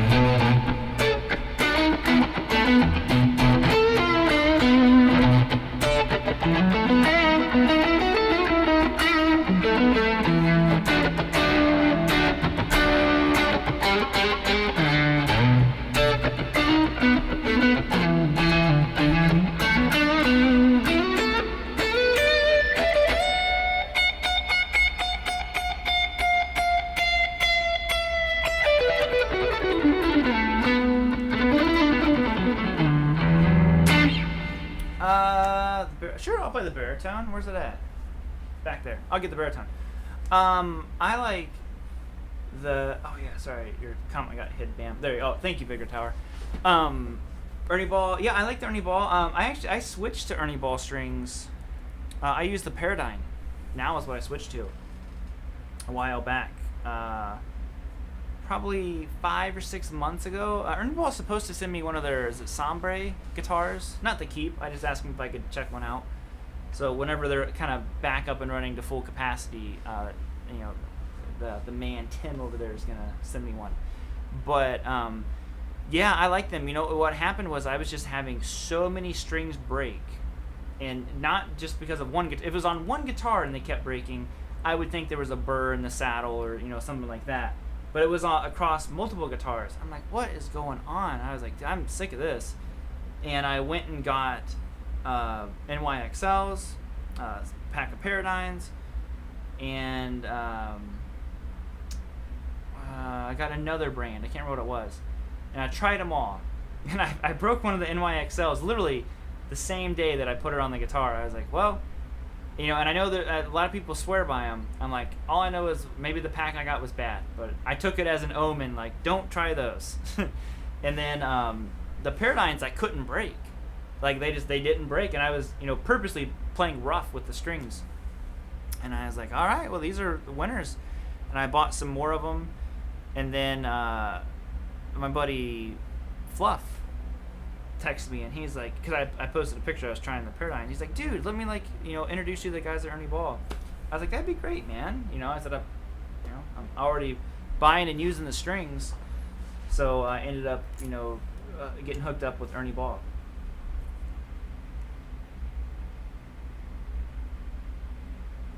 I have a beefy Ernie Ball string, and I'm gonna put on my Les Paul. Yeah, like I said, I like them. The Les Paul is the KM. I used all of the strings on the same guitar. I put them all on my KM, because that was the guitar I just knew the best. But haven't stood up in a while.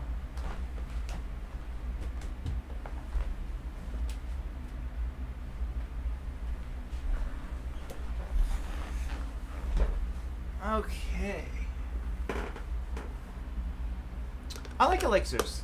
Yeah, I like, some people dog on elixirs a little bit because of the coating on them, but I used elixirs were the first strings that I used. My dad plays acoustic. They have to be elixirs, otherwise he hates them. He only plays elixirs. He loves the way they feel. I like the way elixirs feel. Tried other coated strings though, and I didn't like them the same way. Like I think the Dario makes a coated string.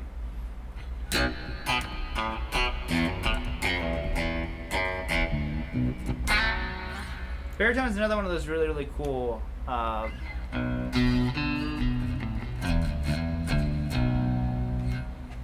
that's just kind of fun. I don't really use it as like a D-tune.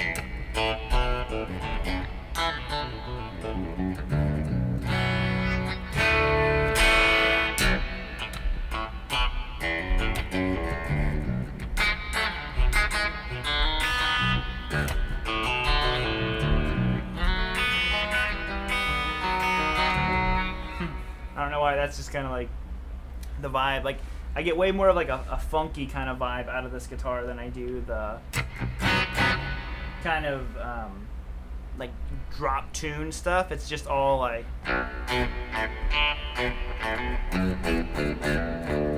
to me that sounds more like that Clavinol.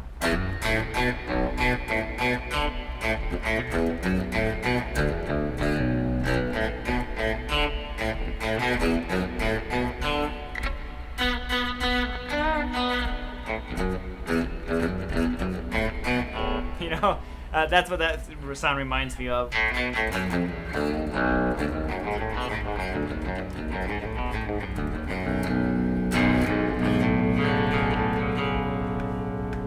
Sometimes it's fun just to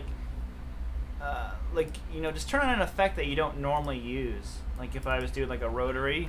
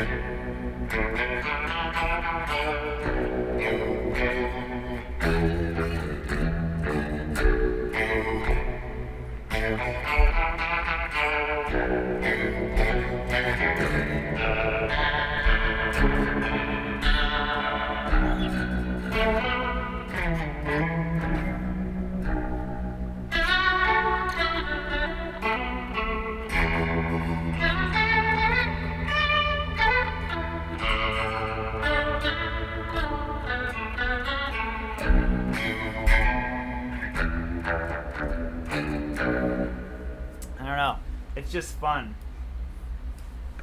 It's a Dan Electro. I can't remember the exact model. It's a 66 BT. BT for buttered toast or baritone, whichever one you want to roll with. Yeah, but like I said, it's just fun. Like I said, just turn on different effects, or like a delay could be.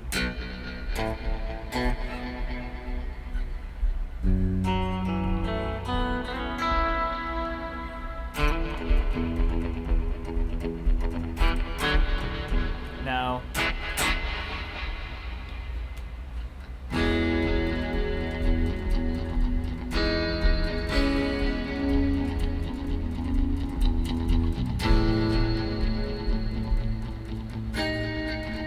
Can't reach that chord.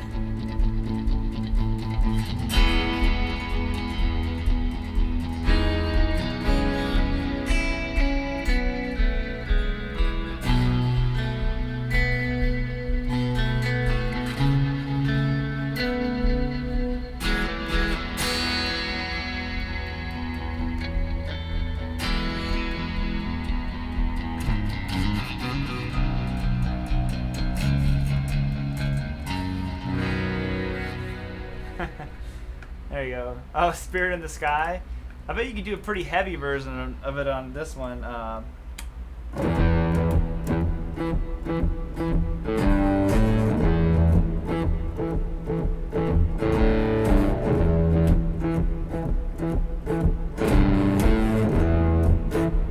had a little bit of delay on there. This would be really good.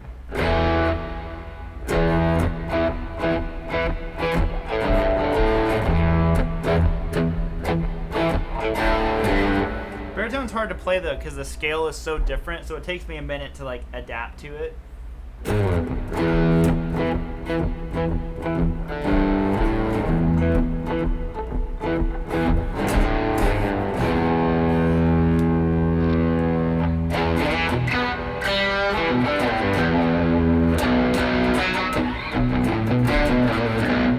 Anyways. Almost a one tone. Yeah, it kind of is. Like, what about a baritone? Oh, sorry. Whoa! That's so crazy.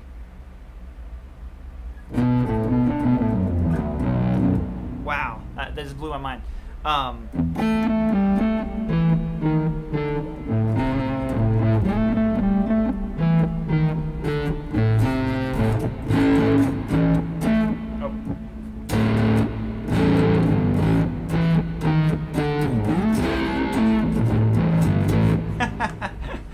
A little bit too much.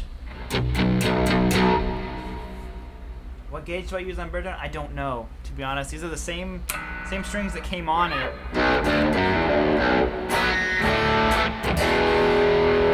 Any fuzz? Yeah, I was thinking that too. For the Spirit in the Sky, it needed to be fuzz. So it'd have to be like.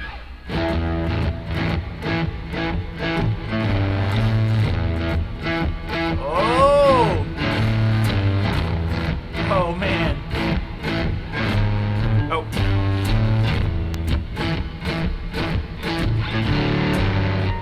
Bow now, bow now, now, now, now, now, now, now, now.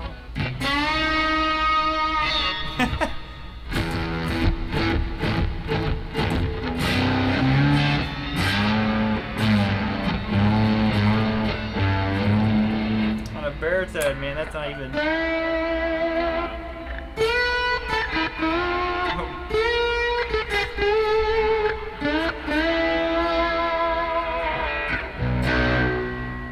I never know what finger to use the slide on. I guess ring finger would be the ideal one.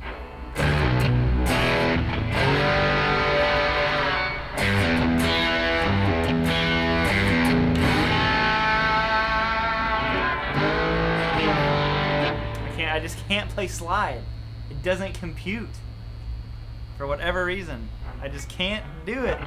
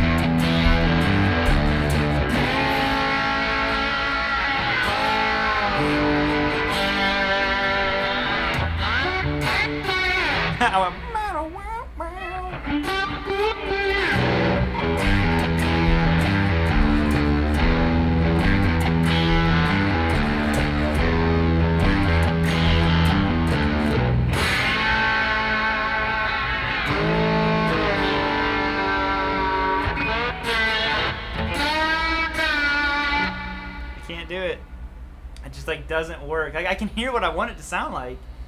Oh,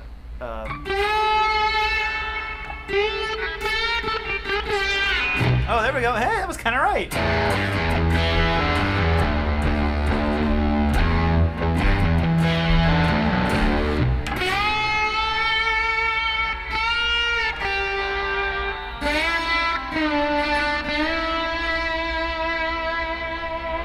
It feels so unnatural to me to do that.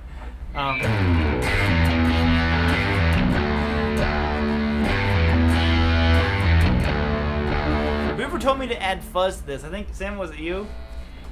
This might have to be like some kind of riff, just with this fuzzy bass tone.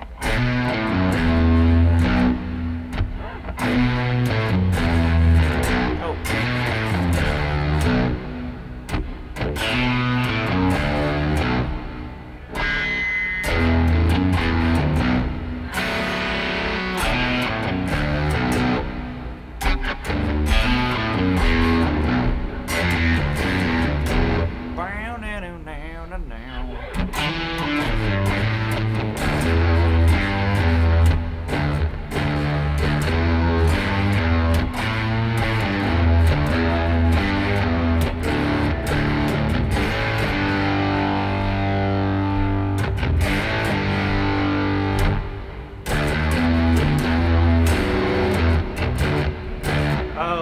Good if I could actually like get a decent amount of slide in there. I can't do it.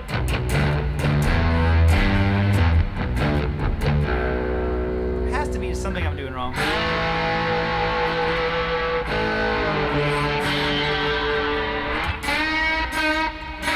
Nope. Just can't do it.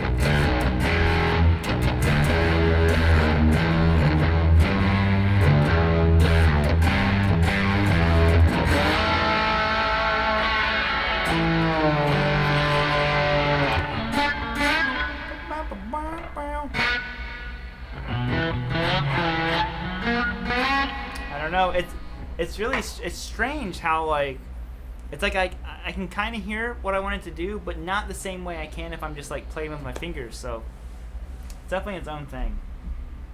Right on down, dirty motorcycle.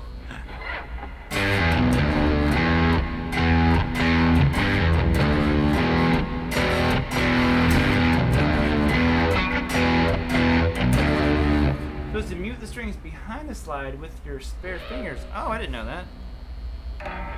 So like this, like sounds a lot better.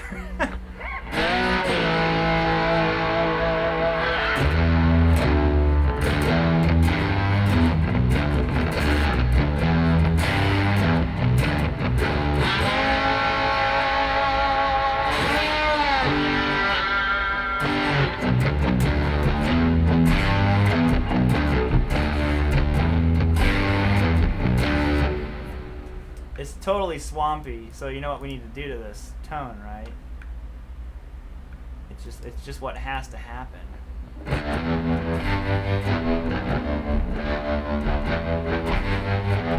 Thank you, Jimbo.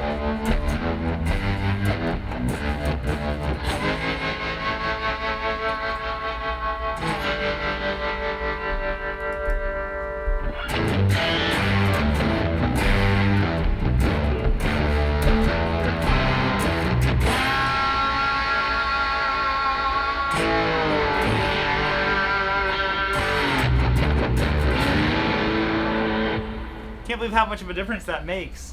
Wow.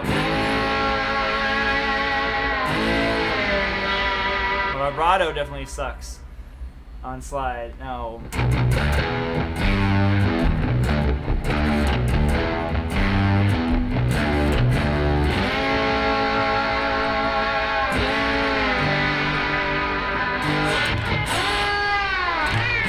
Oh, wow.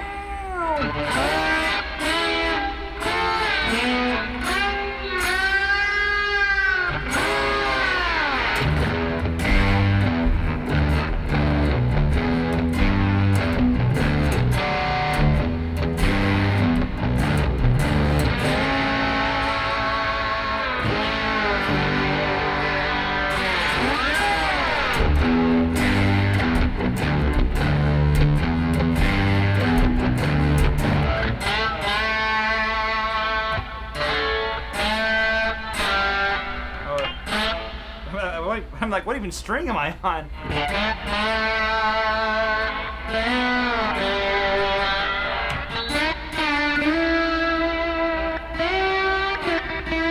I think I'm writing checks I can't cash right now with that slide, but well,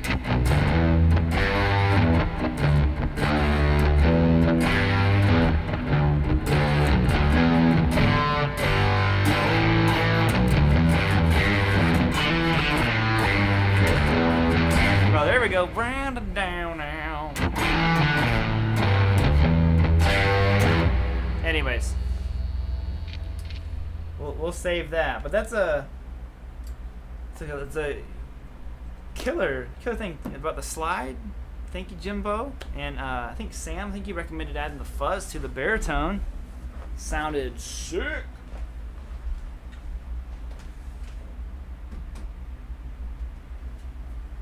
Let's get the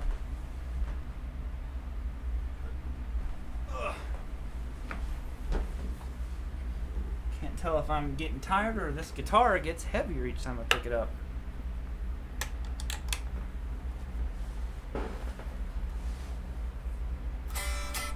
Ooh, not in tune.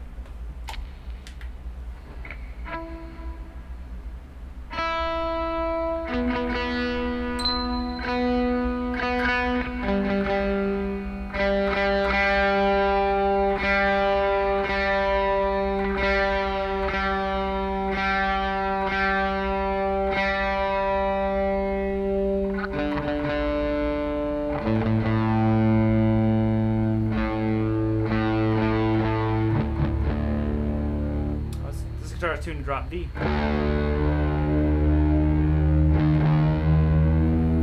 Show moonshiners. It's great.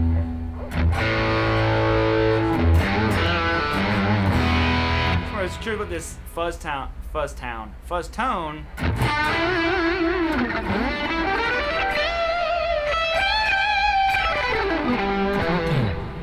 Sounded like on the Les Paul. There's different fuzzes on here. Let's see, this is obviously a fuzz face, it sounds like it. And then a bender fuzz.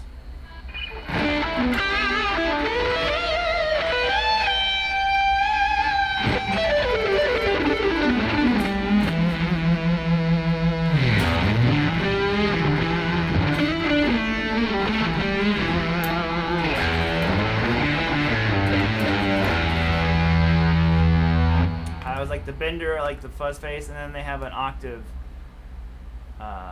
one on here.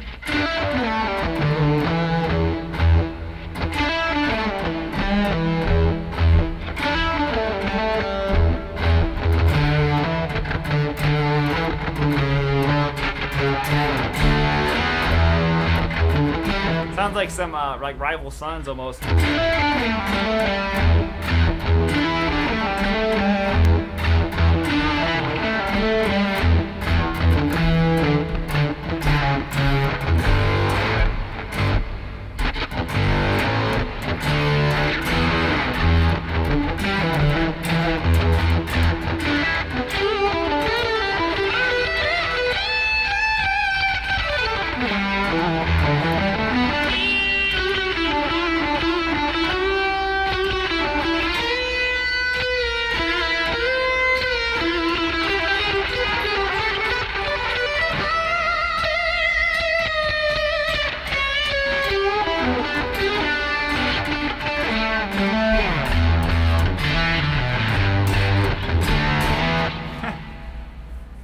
That's always just like a fun tone.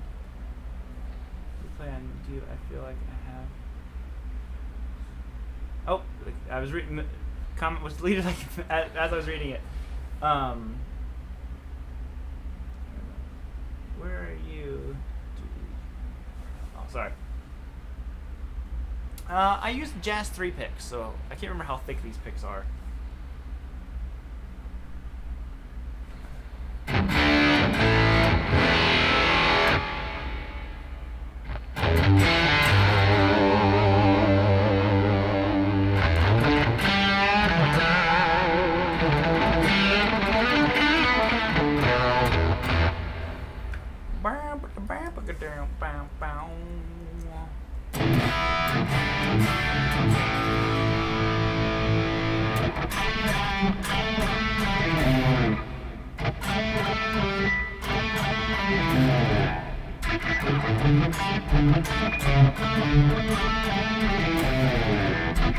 Robert,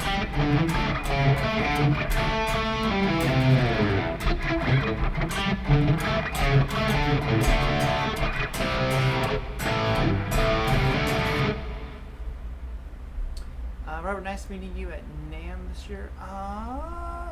Harmonicaster. What's your real name? Unless it is Harmonicaster, then hello.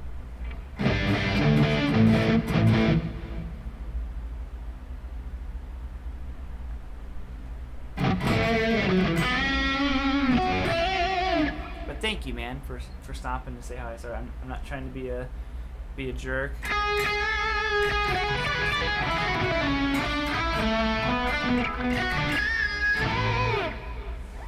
Jimbo says, when did I switch to Jazz 3 picks? I used Dragonheart for a long time, and basically what happened was I just kind of like, I wanted something a little bit different with a different kind of attack to it, and I just went on this big pick hunt.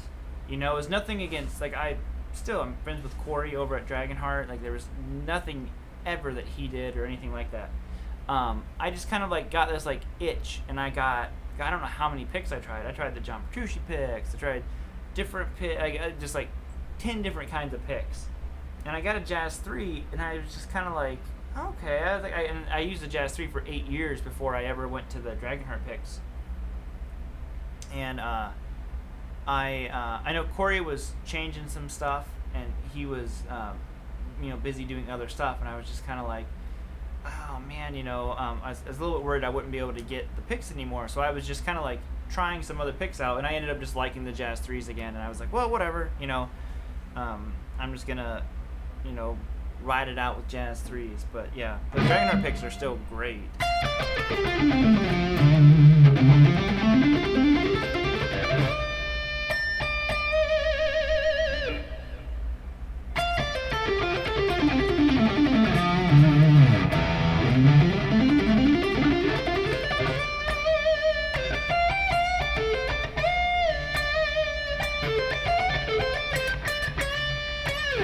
Which of my idols have I not seen live? I've never seen, actually, I have seen him live. I've seen Nuno, I've seen Eric Johnson. I've never seen Jimmy Page. Man, would I love to see Page live. I would love it so much. That's the one. That's like a bucket list thing. I worry it'll never happen.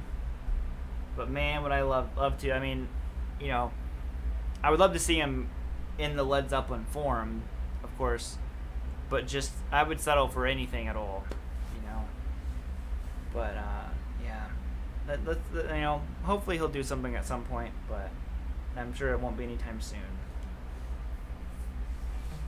Robert, would it benefit me to subscribe monthly if you play styles are closer to Slipknot, Korn, distributed want melodic playing such as Dream Theater down?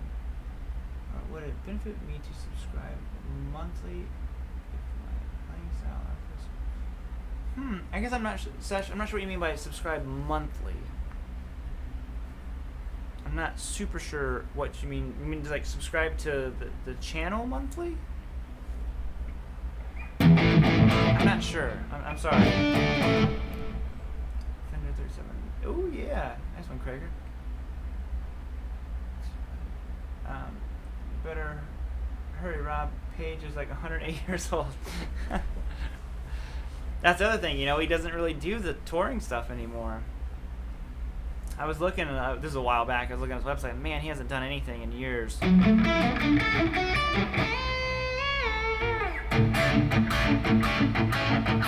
Keith Urban is extremely cool. I think Keith Urban is a great singer, great guitar player, whole thing.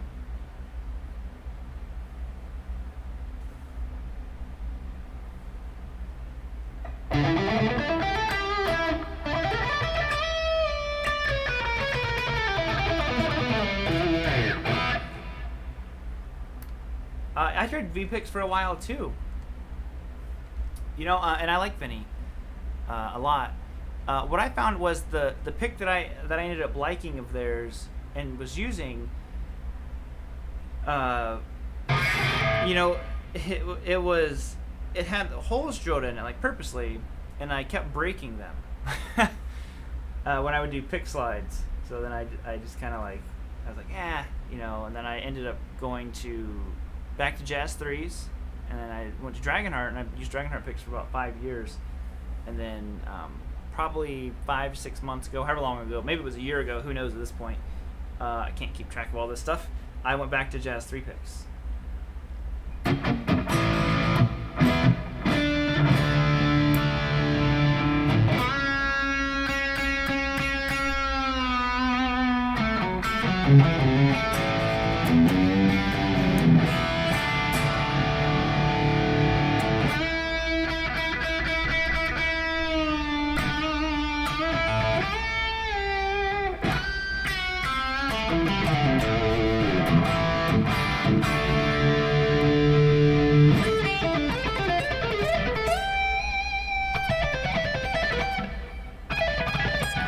There you go.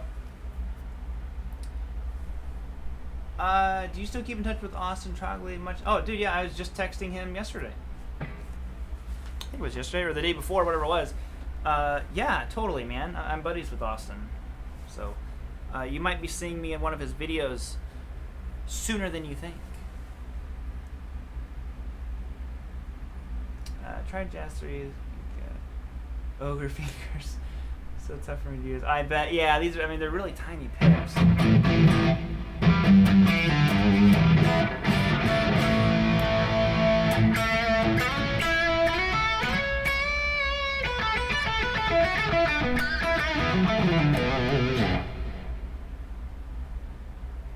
How many hours have I put in guitar? Not nearly enough, if I'm being honest. So hopefully one day it'll be enough to play like my idols, but until then, not enough. I don't know Step Upper Lip, but that's a killer song. Gravity Picks? I don't think I've ever played Gravity Picks.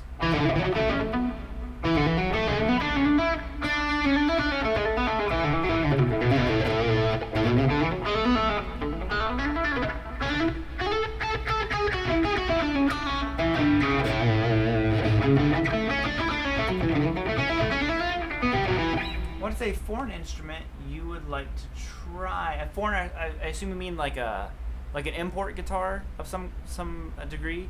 I'd really like to try like a Richie Kotzen, if this is what you're meaning, a Richie Kotzen Strat. I really want to try one of those for show. Getting that for show.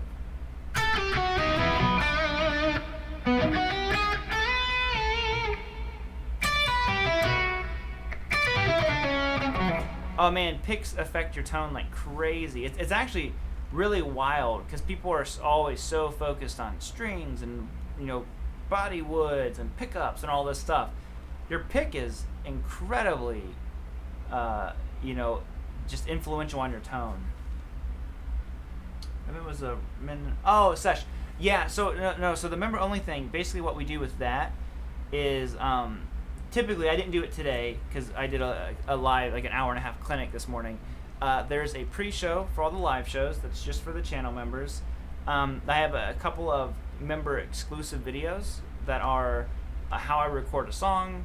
I break down my tone that I'm using, like the one I'm using right now. I break down my main tone and just stuff like that. Like I said, there's just some exclusive videos that you get with that. And I guess you get your hair icon.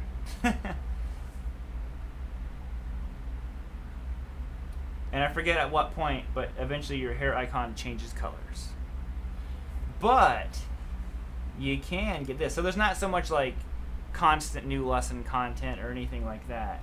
But you do get a Macho Man, Golden Girls, Pantene bottle, Bob Ross, and a POW emoji that you can use. Bam! Check that out. I just put it in the chat. Big light sounds so amazing when a brand new pick with dull. You know, that's an interesting thing, Bigger Tower.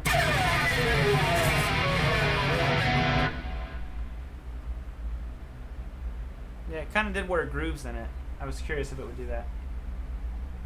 How do you improvise? That's always a really tough question to answer. Because it's kind of like one of those things. It's like, well, you just do it. But then it's like the theory behind it. I think what happens to me is I just pick a rhythm. So if I was to play in, whatever key, it doesn't really matter what key it's in. If we did G, for example, I was like, okay, come with a riff in G. Sometimes I just start playing, and it's just like whatever happens, happens. This is where knowing your scales and, having experienced different rhythms and changes and chords all really come into play. Because I'm just kind of like, oh, nope, I lost everything. There we go.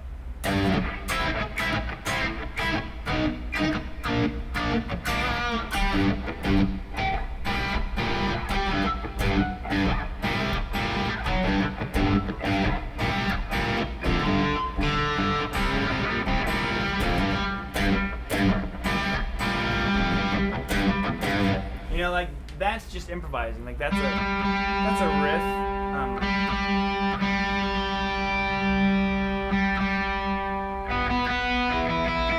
It's a pretty like straightforward thing.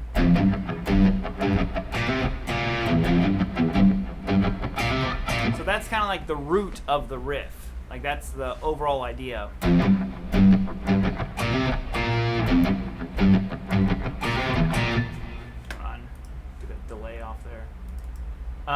But that's like the idea. And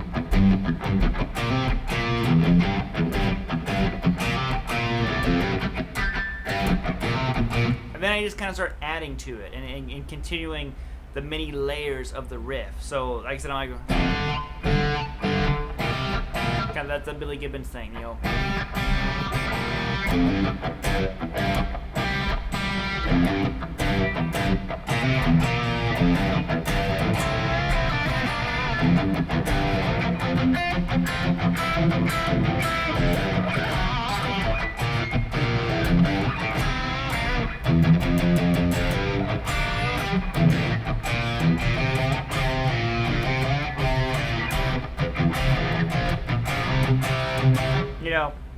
That's all improvised. So it's just kind of like start with a real simple idea and build off of it.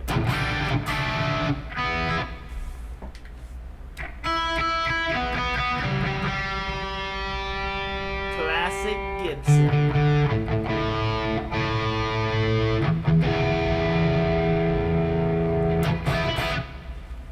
Oh, hey-oh! New member riff! Welcome, Sesh. You get the new member riff. Forgot to mention that as a perk. You get the new member riff.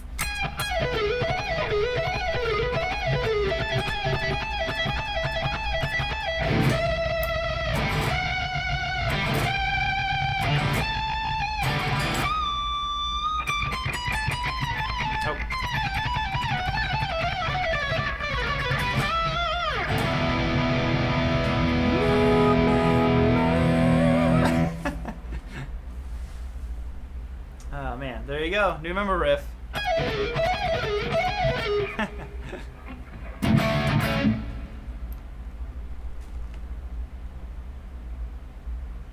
George, hey Rob, I haven't seen you stream in the middle of the night in a couple weeks. Yeah, I didn't do it last week. Last week, there's always typically one weekend a month that we don't do it because we get like the UFC pay-per-view. And I've been doing them every weekend because there was no UFCs. But last week was the first UFC back, so I was like, oh yeah, I gotta make sure we get this. I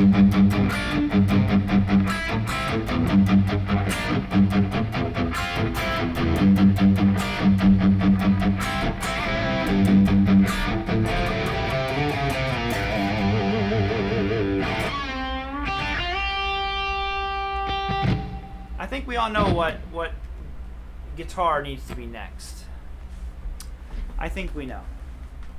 There could only be one.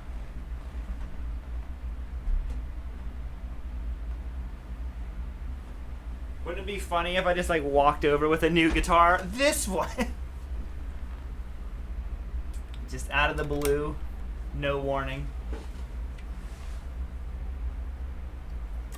I don't listen to rap or hip hop, but I don't have an issue with it at all.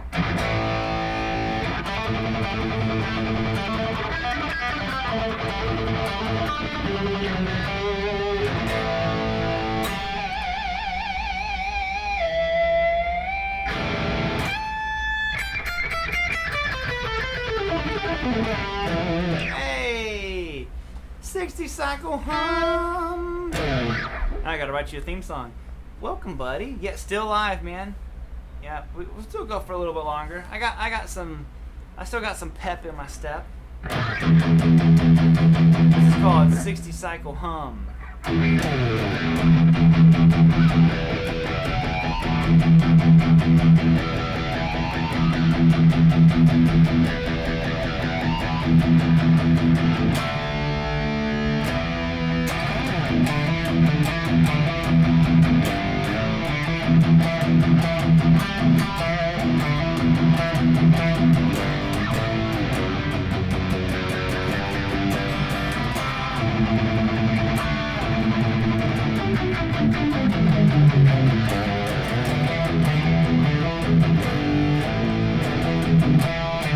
His name is Ryan.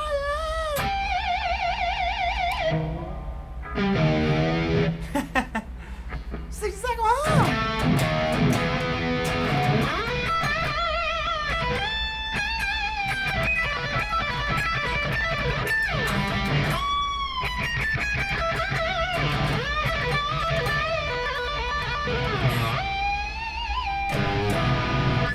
Now my guitar's out of tune. Yeah, that was gonna happen. I haven't used the whammy bar on this guitar in a while. Oh, it's so out. Okay. And as quickly as the Charvel appeared, it will go away. Oh, I forgot. I can't do the flutters. Now it's in some like crazy tuning.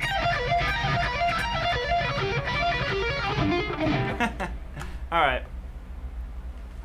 Blame it on Ryan. He just ruined the Charvel in his song.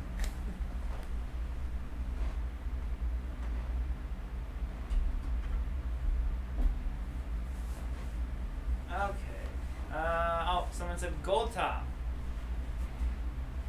Gold top it is. It must be gold top time. It's 9:15. Tuner time, yeah. I'm not traveling down that road with a Floyd Rose.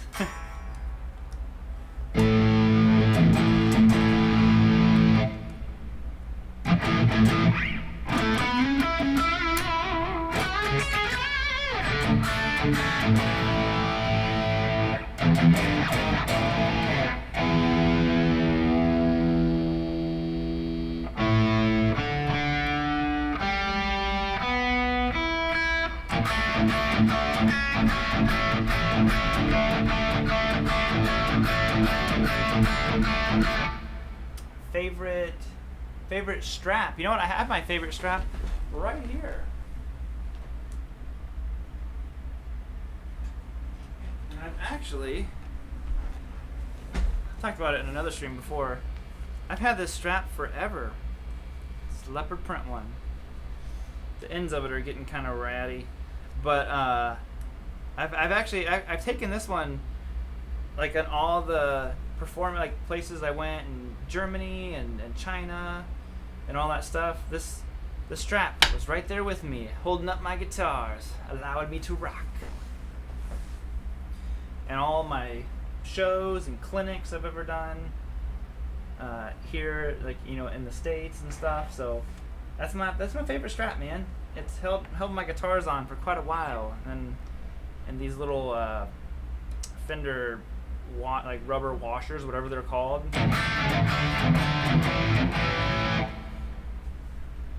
Get it done.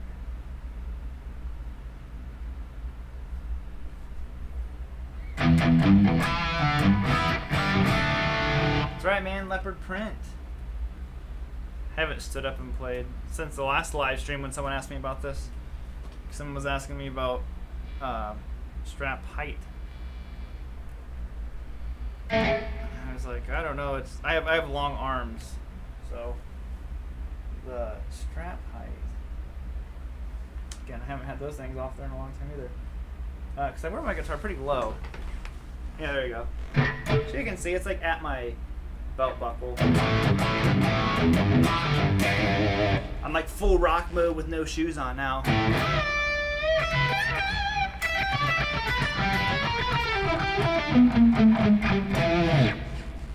But yeah. So that's where I would wear the old strap. I'm using my Axe Effects. So no pedals, but it is all Axe. Oh, thank you, Seth. I appreciate that, man. Fist bump. I was like, what is the thing saying?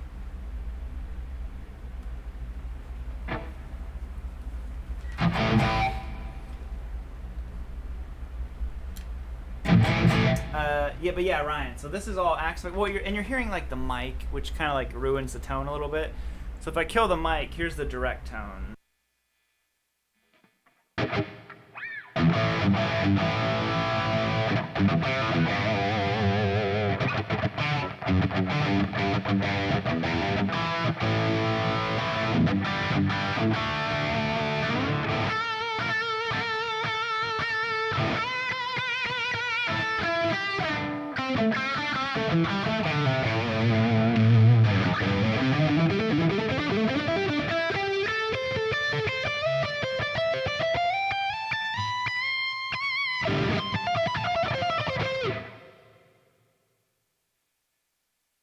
Yada yada. I'll quit before the bad notes start to flow. Sweet. Can't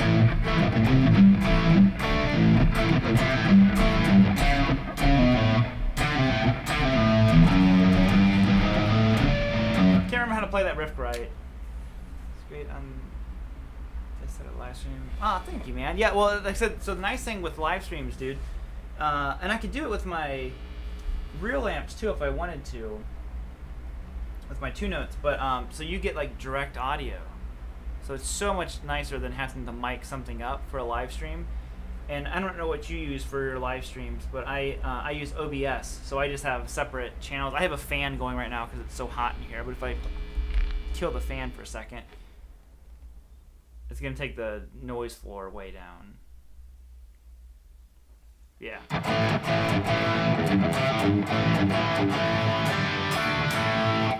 Originally, I wanted this live stream was going to be about the amps, because the amp switcher that I got a while back, they've officially released it now, so I can make my videos I wanted to make about it. And it's right here, but like I said, it's so hot in here, I did not want, like, 4 tube heads just, like, cooking me alive. But yeah, let me turn that fan back on. I can already feel like it's like warm. So some Journey.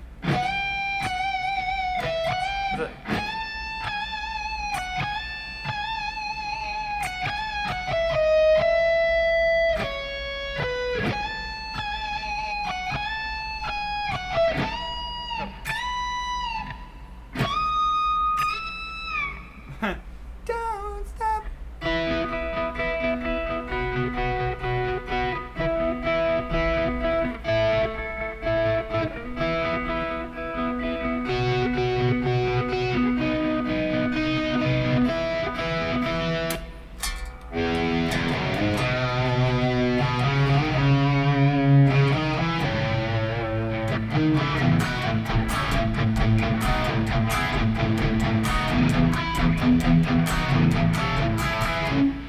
However that part goes.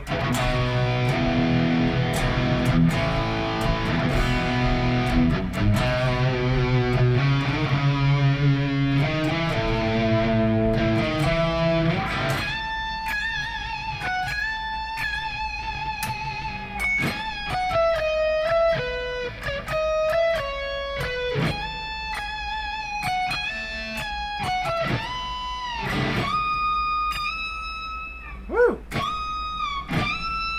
There we go.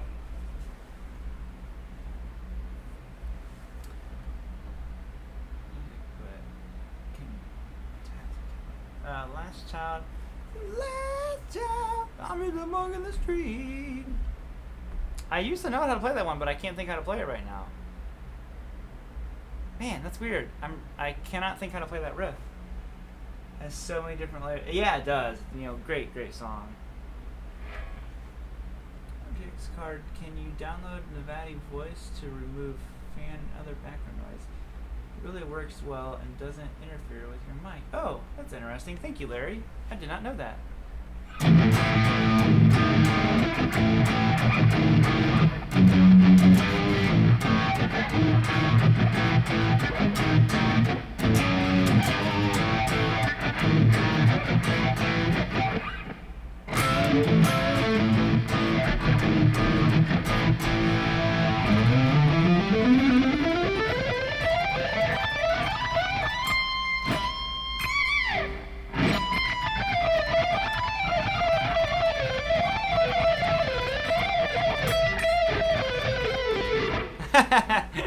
I was like, how long can I go?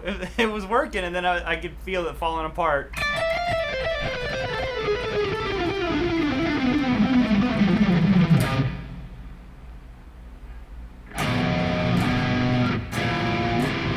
What's that? I can't remember that Ingvade trick.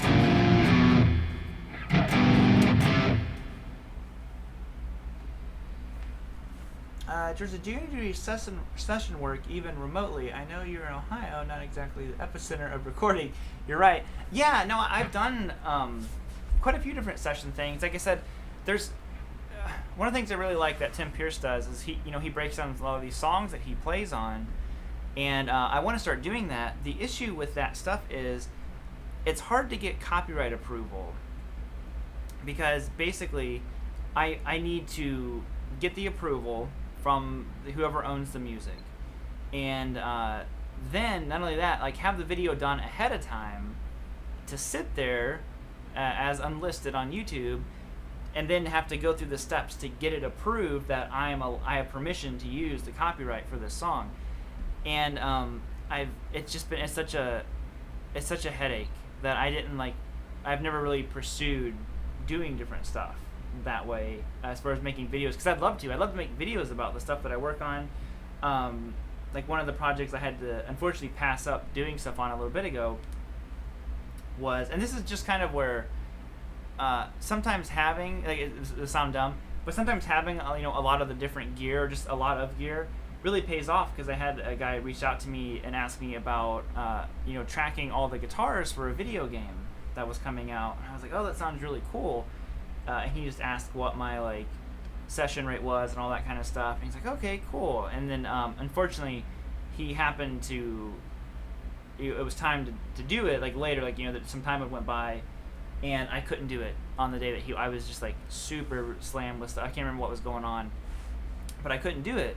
But it was all because he liked the amps that I had. He was like, oh, I saw that you have all these amps, so if I ask you to we need to record this stuff, can you use the Friedman, can you use the Rev, can you do all you have a modern high gain? I'm like, oh, the Rev is modern high gain, and I have a Marshall, I have the Friedman, I have an Orange, so there was a lot of tones covered, and that was honestly what he liked. He was just like, oh yeah, you've got all this stuff that I could that we could really utilize when we're trying to track these different guitars. I was like, sure, I can do whatever. But do you have any specific plugins for recording guitar tracks? I don't know any of that stuff, unfortunately. But a friend of mine, Michael Nilsson, here on YouTube, look him up. I think his channel, well, it's Big Hairy Guitars, but his channel is just his name, Michael Nilsson. And look him up on there, because he really knows a lot. You kind of have your certain friends who are just expertise and stuff, and Michael, aside from just being he's a crazy talented musician and a great guitar player, recording is what he does. So when it's plug-in stuff, I remember I did a solo for him on a song he was doing, the Eminence Front cover, and I did a solo on it, and I had the hardest thing about tracking guitars, typically for someone else, for me, is that you have to record all of the guitars dry, with no reverb, no delay, and it makes you really like realize how ungood you are at stuff. And it's a lot of work because I love reverb and delay. Obviously my tone's always drenched in it. But Michael added this really, really just big sounding reverb and delay. I'm like, what is this? And it was a plugin. Because he told me when he records, like he records all the time, that he tracks everything dry, and he adds his reverb and delay and stuff all in post. So it's really interesting. But yeah, as far as like lots of session stuff goes, no. I've been approached by people. Someone else just reached out to me maybe a week or so ago. They were recording their album, and they wanted me to do guitar overdubs on stuff, and it's just like I didn't have time. It's so hard with the COVID stuff right now, because like I said with my son, doing the way that I normally do the session stuff is versus like individual jobs. If it's just a solo, that's its own rate, but then a lot of times it's like a day. I like to do day rate, so I'm like, hey, if you need me to do this, make sure you're available at that day. We can shoot back, stems back and forth between each other, and I can do overdubs. I can, I offer like 3 reiterations on things and all that. But right now it's just so hard because I don't have, 6 hours to dedicate to something like that. So it's a shame because it's really fun, and I really like doing that stuff. But for now, it just that side of everything has to be put on hold. Playing guitar through software or a professor does not feel the same as playing through a real amp, feeling everything vibrating around. Yeah, no, I definitely think it feels different. There's certainly convenience to playing through something like the Axe Effects, but it can't really compare to, like earlier I was playing through my amp through my 2 cabinets. So it was really, really fun to just feel the pressure of the air coming out of the amp, because it was loud and my ears were ringing a little bit, which is not the best thing. But I would say most of my hearing loss I don't think it's probably from playing too loud 90% of the time. But I think I've lost most of my hearing in my I haven't lost most of my hearing, but a lot of my hearing loss out of my left ear is all from drummers, from those crash cymbals and stuff. I think that's what's done the most damage to my ears than guitar, really. I'm laughing playing with my amp and Johnny and my sakes. What's your biggest gig horror story? I think I told this last time. But basically it was just a gig where I got really, really sick. I barely remember the gig, but like I said, we were opening up for back when I was younger, I was in a metal, like hardcore band, and there was a band called For Today. I don't think they're a band anymore, but they were pretty big, and we were opening for them, and I remember I was super, super sick. I was really sick, and I barely remember the gig. We were told that we did really good, but I just remember, like, as soon as we got done playing, I just like went and our drummer like unloaded all my stuff for me, because I just got in the car, and this is when me and my wife were dating, and she drove me to my parents' house, and I just like remember I laid down in the living room and was just like done.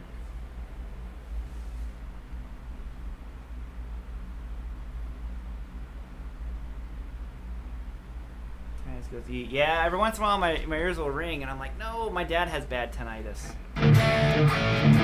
So I'll probably get it.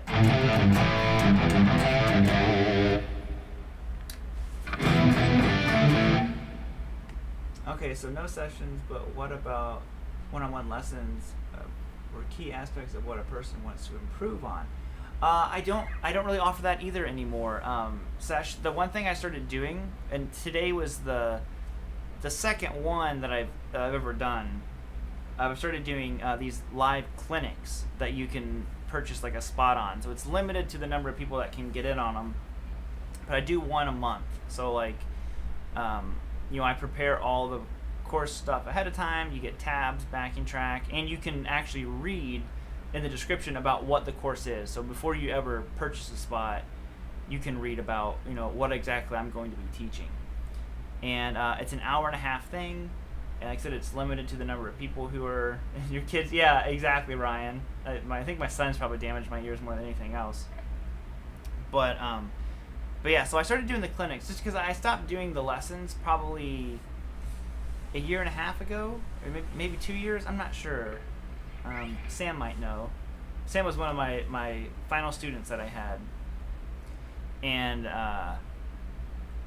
yeah, and I still, you know, thankfully it's like super humbling that I get emails all the time about private lessons, and I just can't offer them right now. But so kind of my answer to that was, okay, well, this clinic structure will be really, really, you know, kind of like a compromise. And so far, everyone has really, really liked them.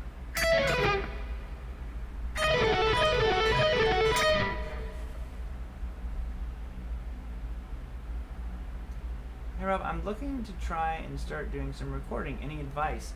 Yeah, just start really simple, man. Get, you know, if you happen to be a Mac guy, learn how to record on GarageBand. Just get you an interface, and just start messing around with it. Because I have no real understanding of how recording works. I literally just learned on my own. I figured out how to finally get things to work. My buddy Rusty Kirkpatrick, if you're watching, man, Russ actually helped me out a bunch in the beginning. I watched a lot of YouTube videos, and that's pretty much it, you know. So I just say, you know, learn on whatever free DAW you can get. Just get a cheap interface and just start tinkering around with it. Good thing I'm self-employed, fixing to open my schedule up. Ooh, nice. Yeah, like I said, man. So you might want to keep an eye out. I don't make a video about the clinics. You'll see me. I'll post it on here if you're on my mailing list. Like I post it around, and I might mention it in a video like I did on Friday. But yeah, like I said, I think the clinics are. I really liked them. You know, like I said, it was an hour and a half clinic, and it might as well have been 10 minutes. Like, it was crazy how fast it was done. Oh, nope.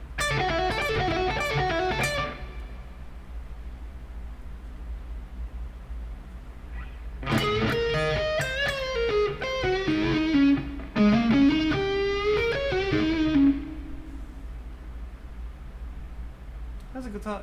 Blah. How does the gold top sound playing rock and roll? Might need to change your tone. Oh yeah, I have a lot of distortion going on it right now, but if I take the distortion down,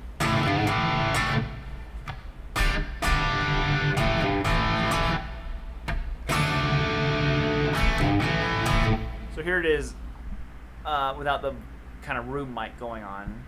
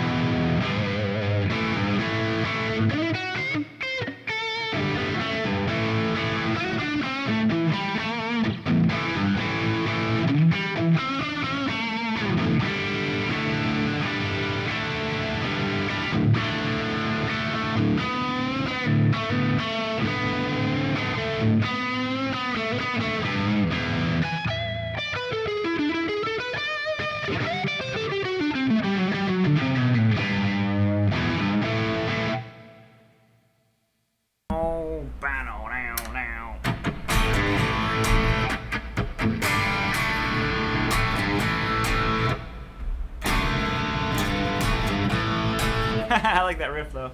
Bow down.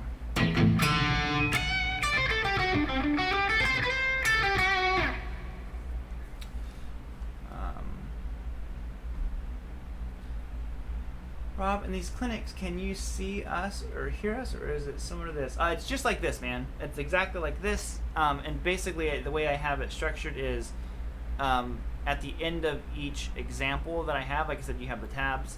There's a Q&A section. But like I said, I really go through the stuff slow. Like today, I don't remember how many people were there, but like at the end of each section, there might have been 1 or 2 questions. Like at the most, and like the one, it was just like, hey, could you replay that one section of that again, just so I can go over it one more time? I'm like, sure. And I let you know ahead of time. I'm like, hey, to tune into this clinic, I recommend that you have, like, for today's clinic, I was like, you need to know all 5 of your minor pentatonic boxes. If you don't know those, this might not be the clinic for you. So I try to make it very transparent, because one of the things with the clinic that I'm doing is it's non-refundable, just because it's like, if you purchase a spot, that spot's being held for you, potentially, someone else isn't going to get it who wants it. So I want it to be like super clear, like, hey, before you sign up for this, just this is what it's going to be all about.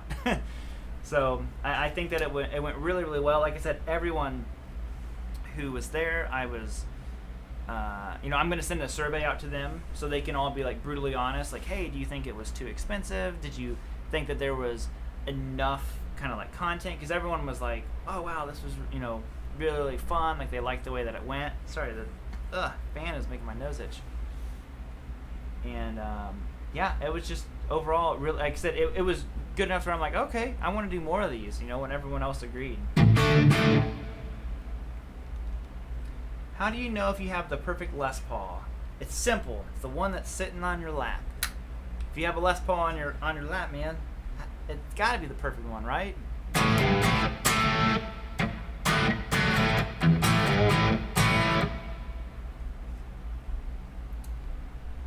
Favorite acoustics?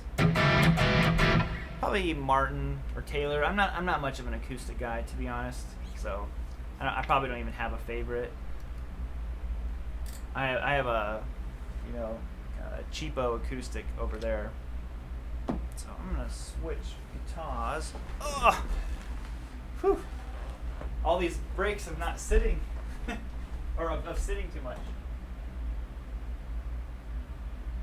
See how I almost missed the hanger?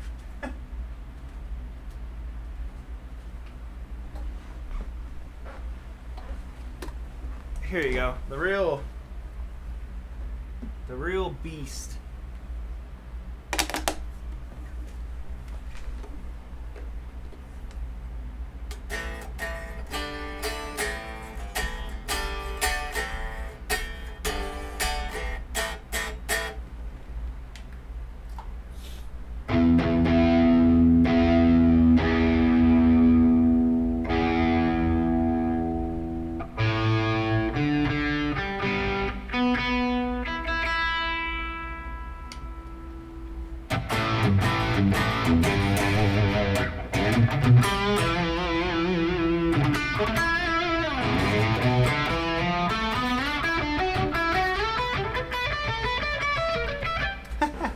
I have no clue where that was going.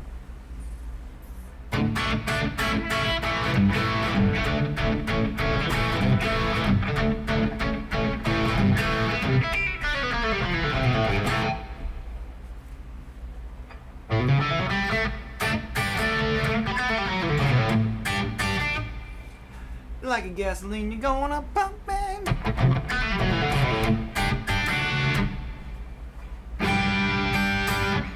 I have to do this one for Big Red Tower.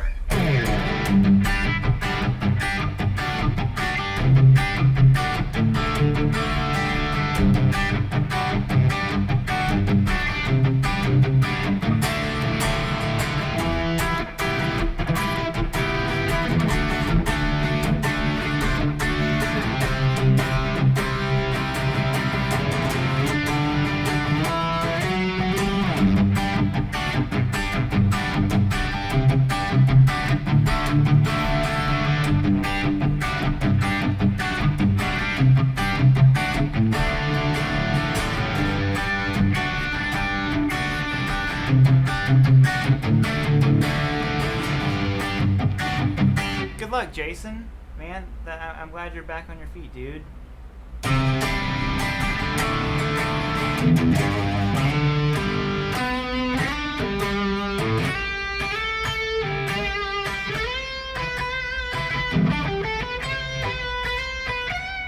Oh, hold on.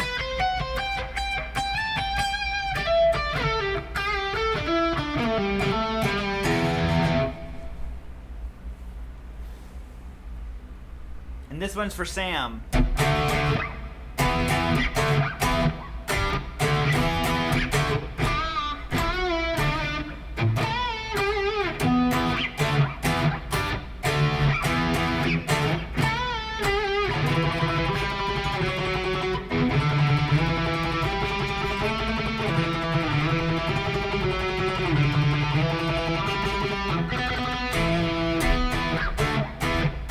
How's it go?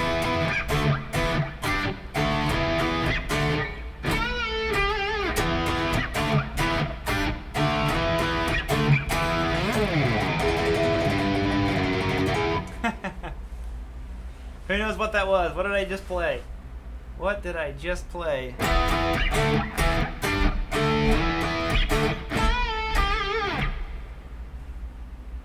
You mad lad.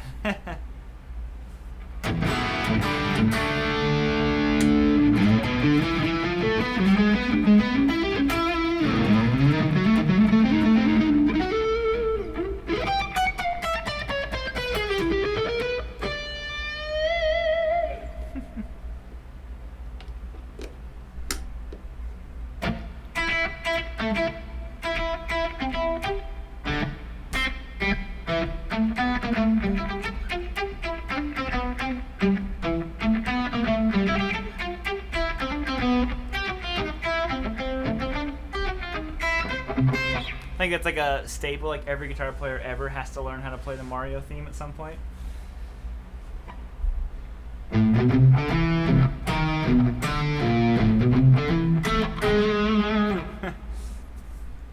And just have a plethora of random theme shows that you can play.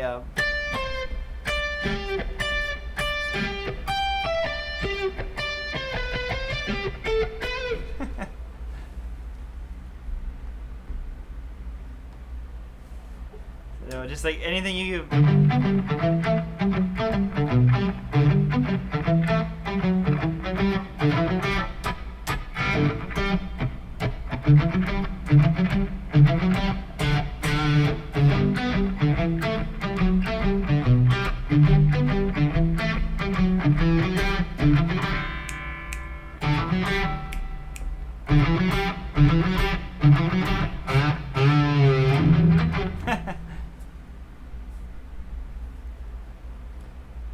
Pink Panther.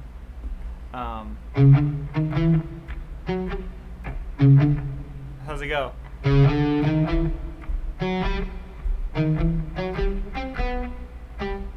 How's it go? That's close, right? I can hear it.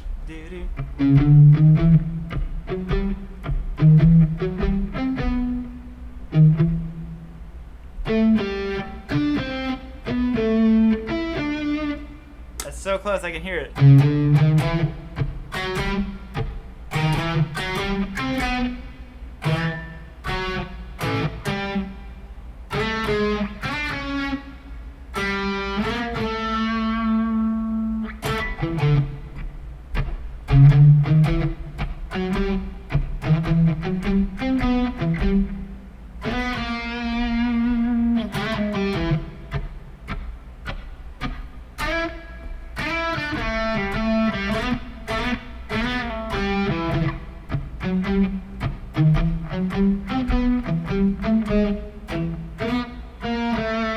It's so close, I don't know it.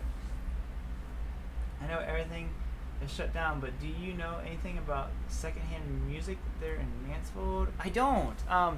They went in after we moved away, so I don't know much about it, I'm afraid.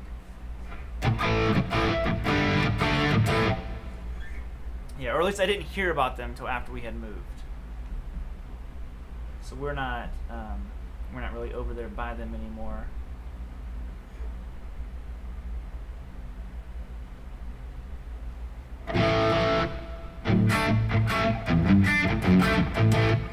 Yeah, it's a...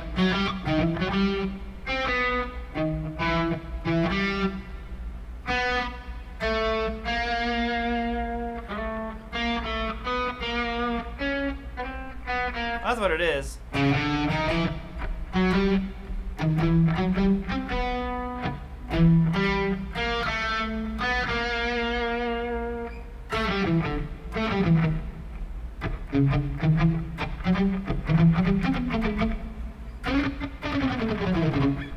It's like a Nuno Betancourt.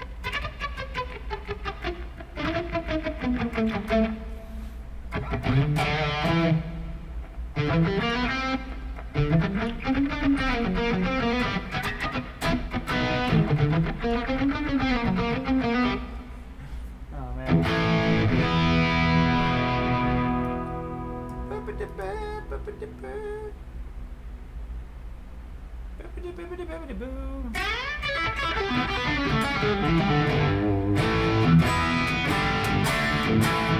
Oh man, it's so funny. This 335 is just so like so beastly. Like what a I'm trying to get my screen back up. There we go.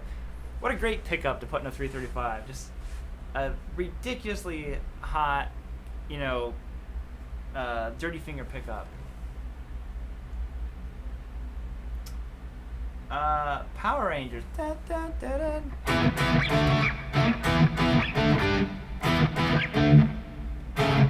I used to know it because I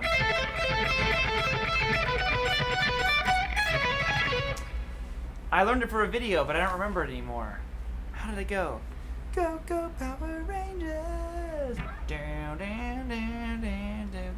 Go, go, Power Rangers! I learned it for a video at one point. I did like, you know, TV show intros.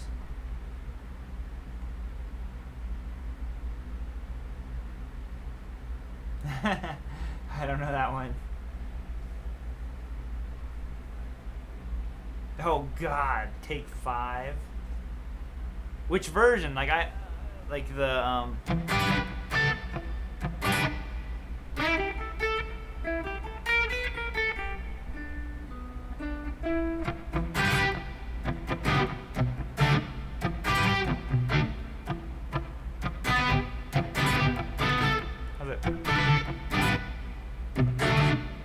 yeah, like the George Benson version.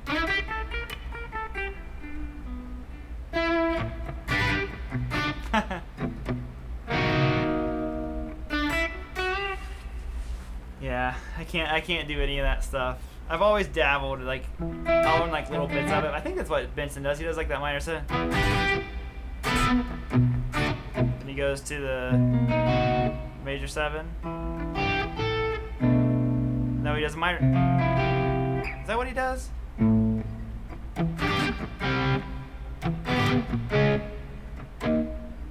I don't remember it anymore.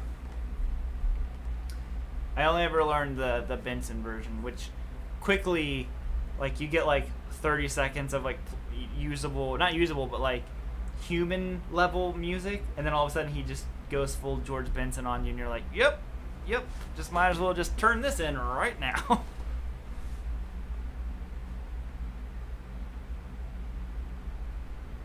Good morning, Kevin.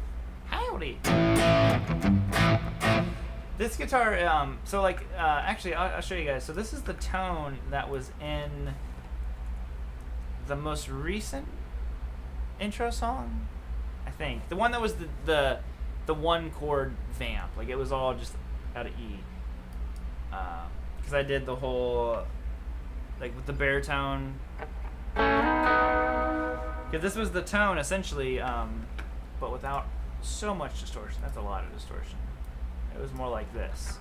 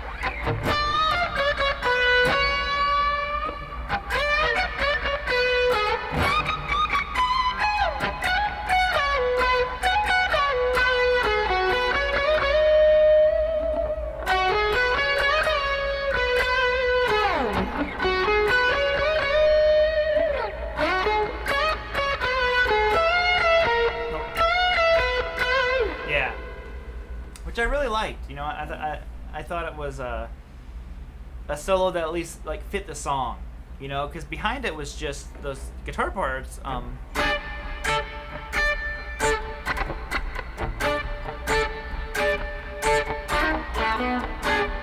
then, you know what? I think I have the. Did I do that as a backing track? That was the backing track for the clinic. Yeah, here we go.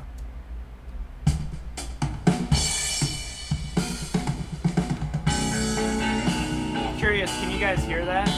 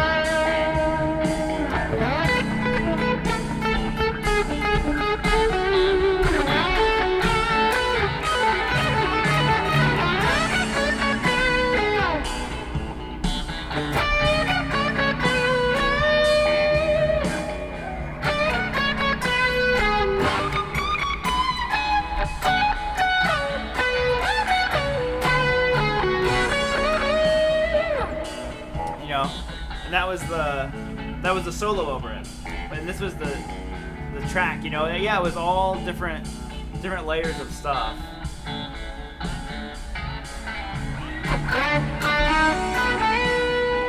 I just like the way. I don't know if you guys know who the guitar player Drew Zing is, but I just remember listening to him back in the day, and it the way it introed into it. He has a song that entered. It's not exactly like that, but I was definitely like referencing him. I'm like, oh man, that would be such a cool kind of. Oh, sorry, as I don't bend flat.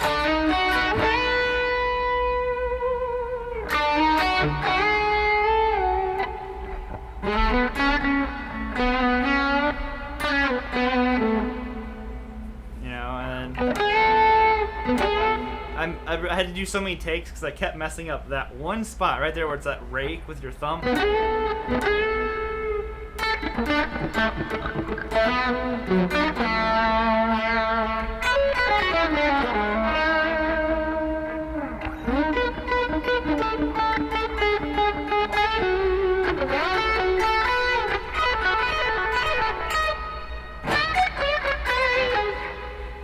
so on.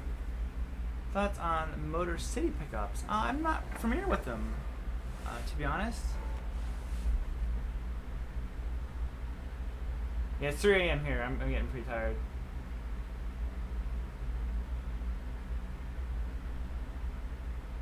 Of the breadwinner back. Huh. Or morning, or whatever it is to you. I'm going to bed later, Krager. Thank you, everyone, for tuning in.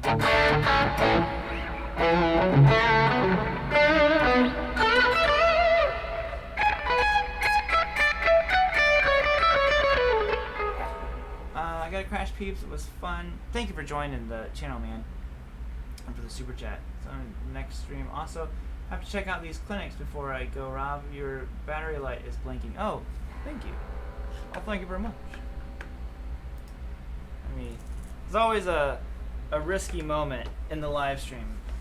Whenever I was just telling my wife, this is like the best thing ever. This little, like, the way the desk dips in, it's like perfect for holding the guitar. There's always a 50-50 chance that the camera just won't come back on, won't work. So let's see. Here it is, moment of truth. You can still hear me, you can still see me right now. Oh my god, I can't do this one-handed.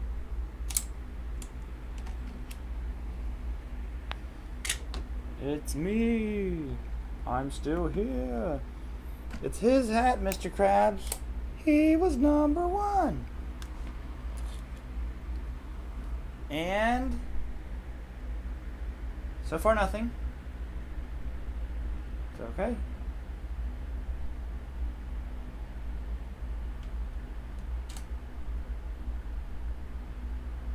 Nope, didn't work. It's pink. This is what I deal with each time before the stream.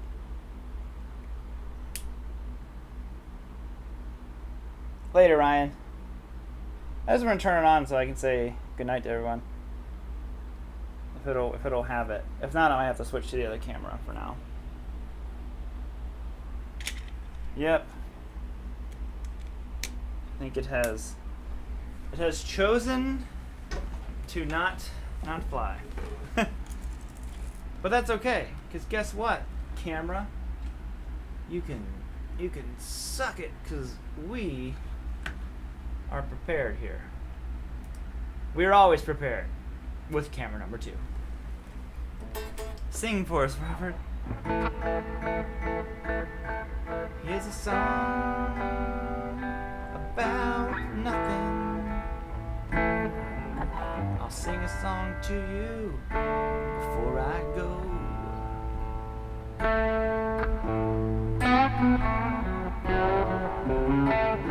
There you have it. So other than that, guys, I think I am going to get out of here. It's 3:14 a.m. I probably shouldn't have drank that coffee so late, because now I'm wired.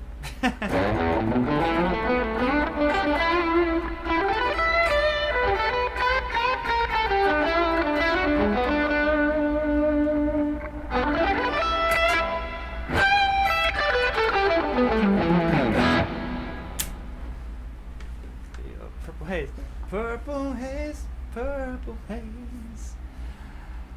But yeah, so other than that, guys, I am going to bounce on out of here. Thank you guys all. I would have to disagree. I think that you guys are the amazing ones, not so much me. But I'll see you all. Should be a live stream next week, I think. I keep looking at that camera, but that camera's not on anymore. But yeah, it should be a live stream. Of course, new videos next week, all that stuff. Sesh, you were asking about the live clinics. There won't be another live clinic until next month. So I plan on only doing one of those a month, because I do I pack them with a lot of information, and I feel like if I did too many of them, you know, it would just it'd be too much. So for now, it's going to be one a month. That could change, but other than that, have a great Sunday, everyone, and I'll see you all next weekend. Channel members, pre-show next week for sure.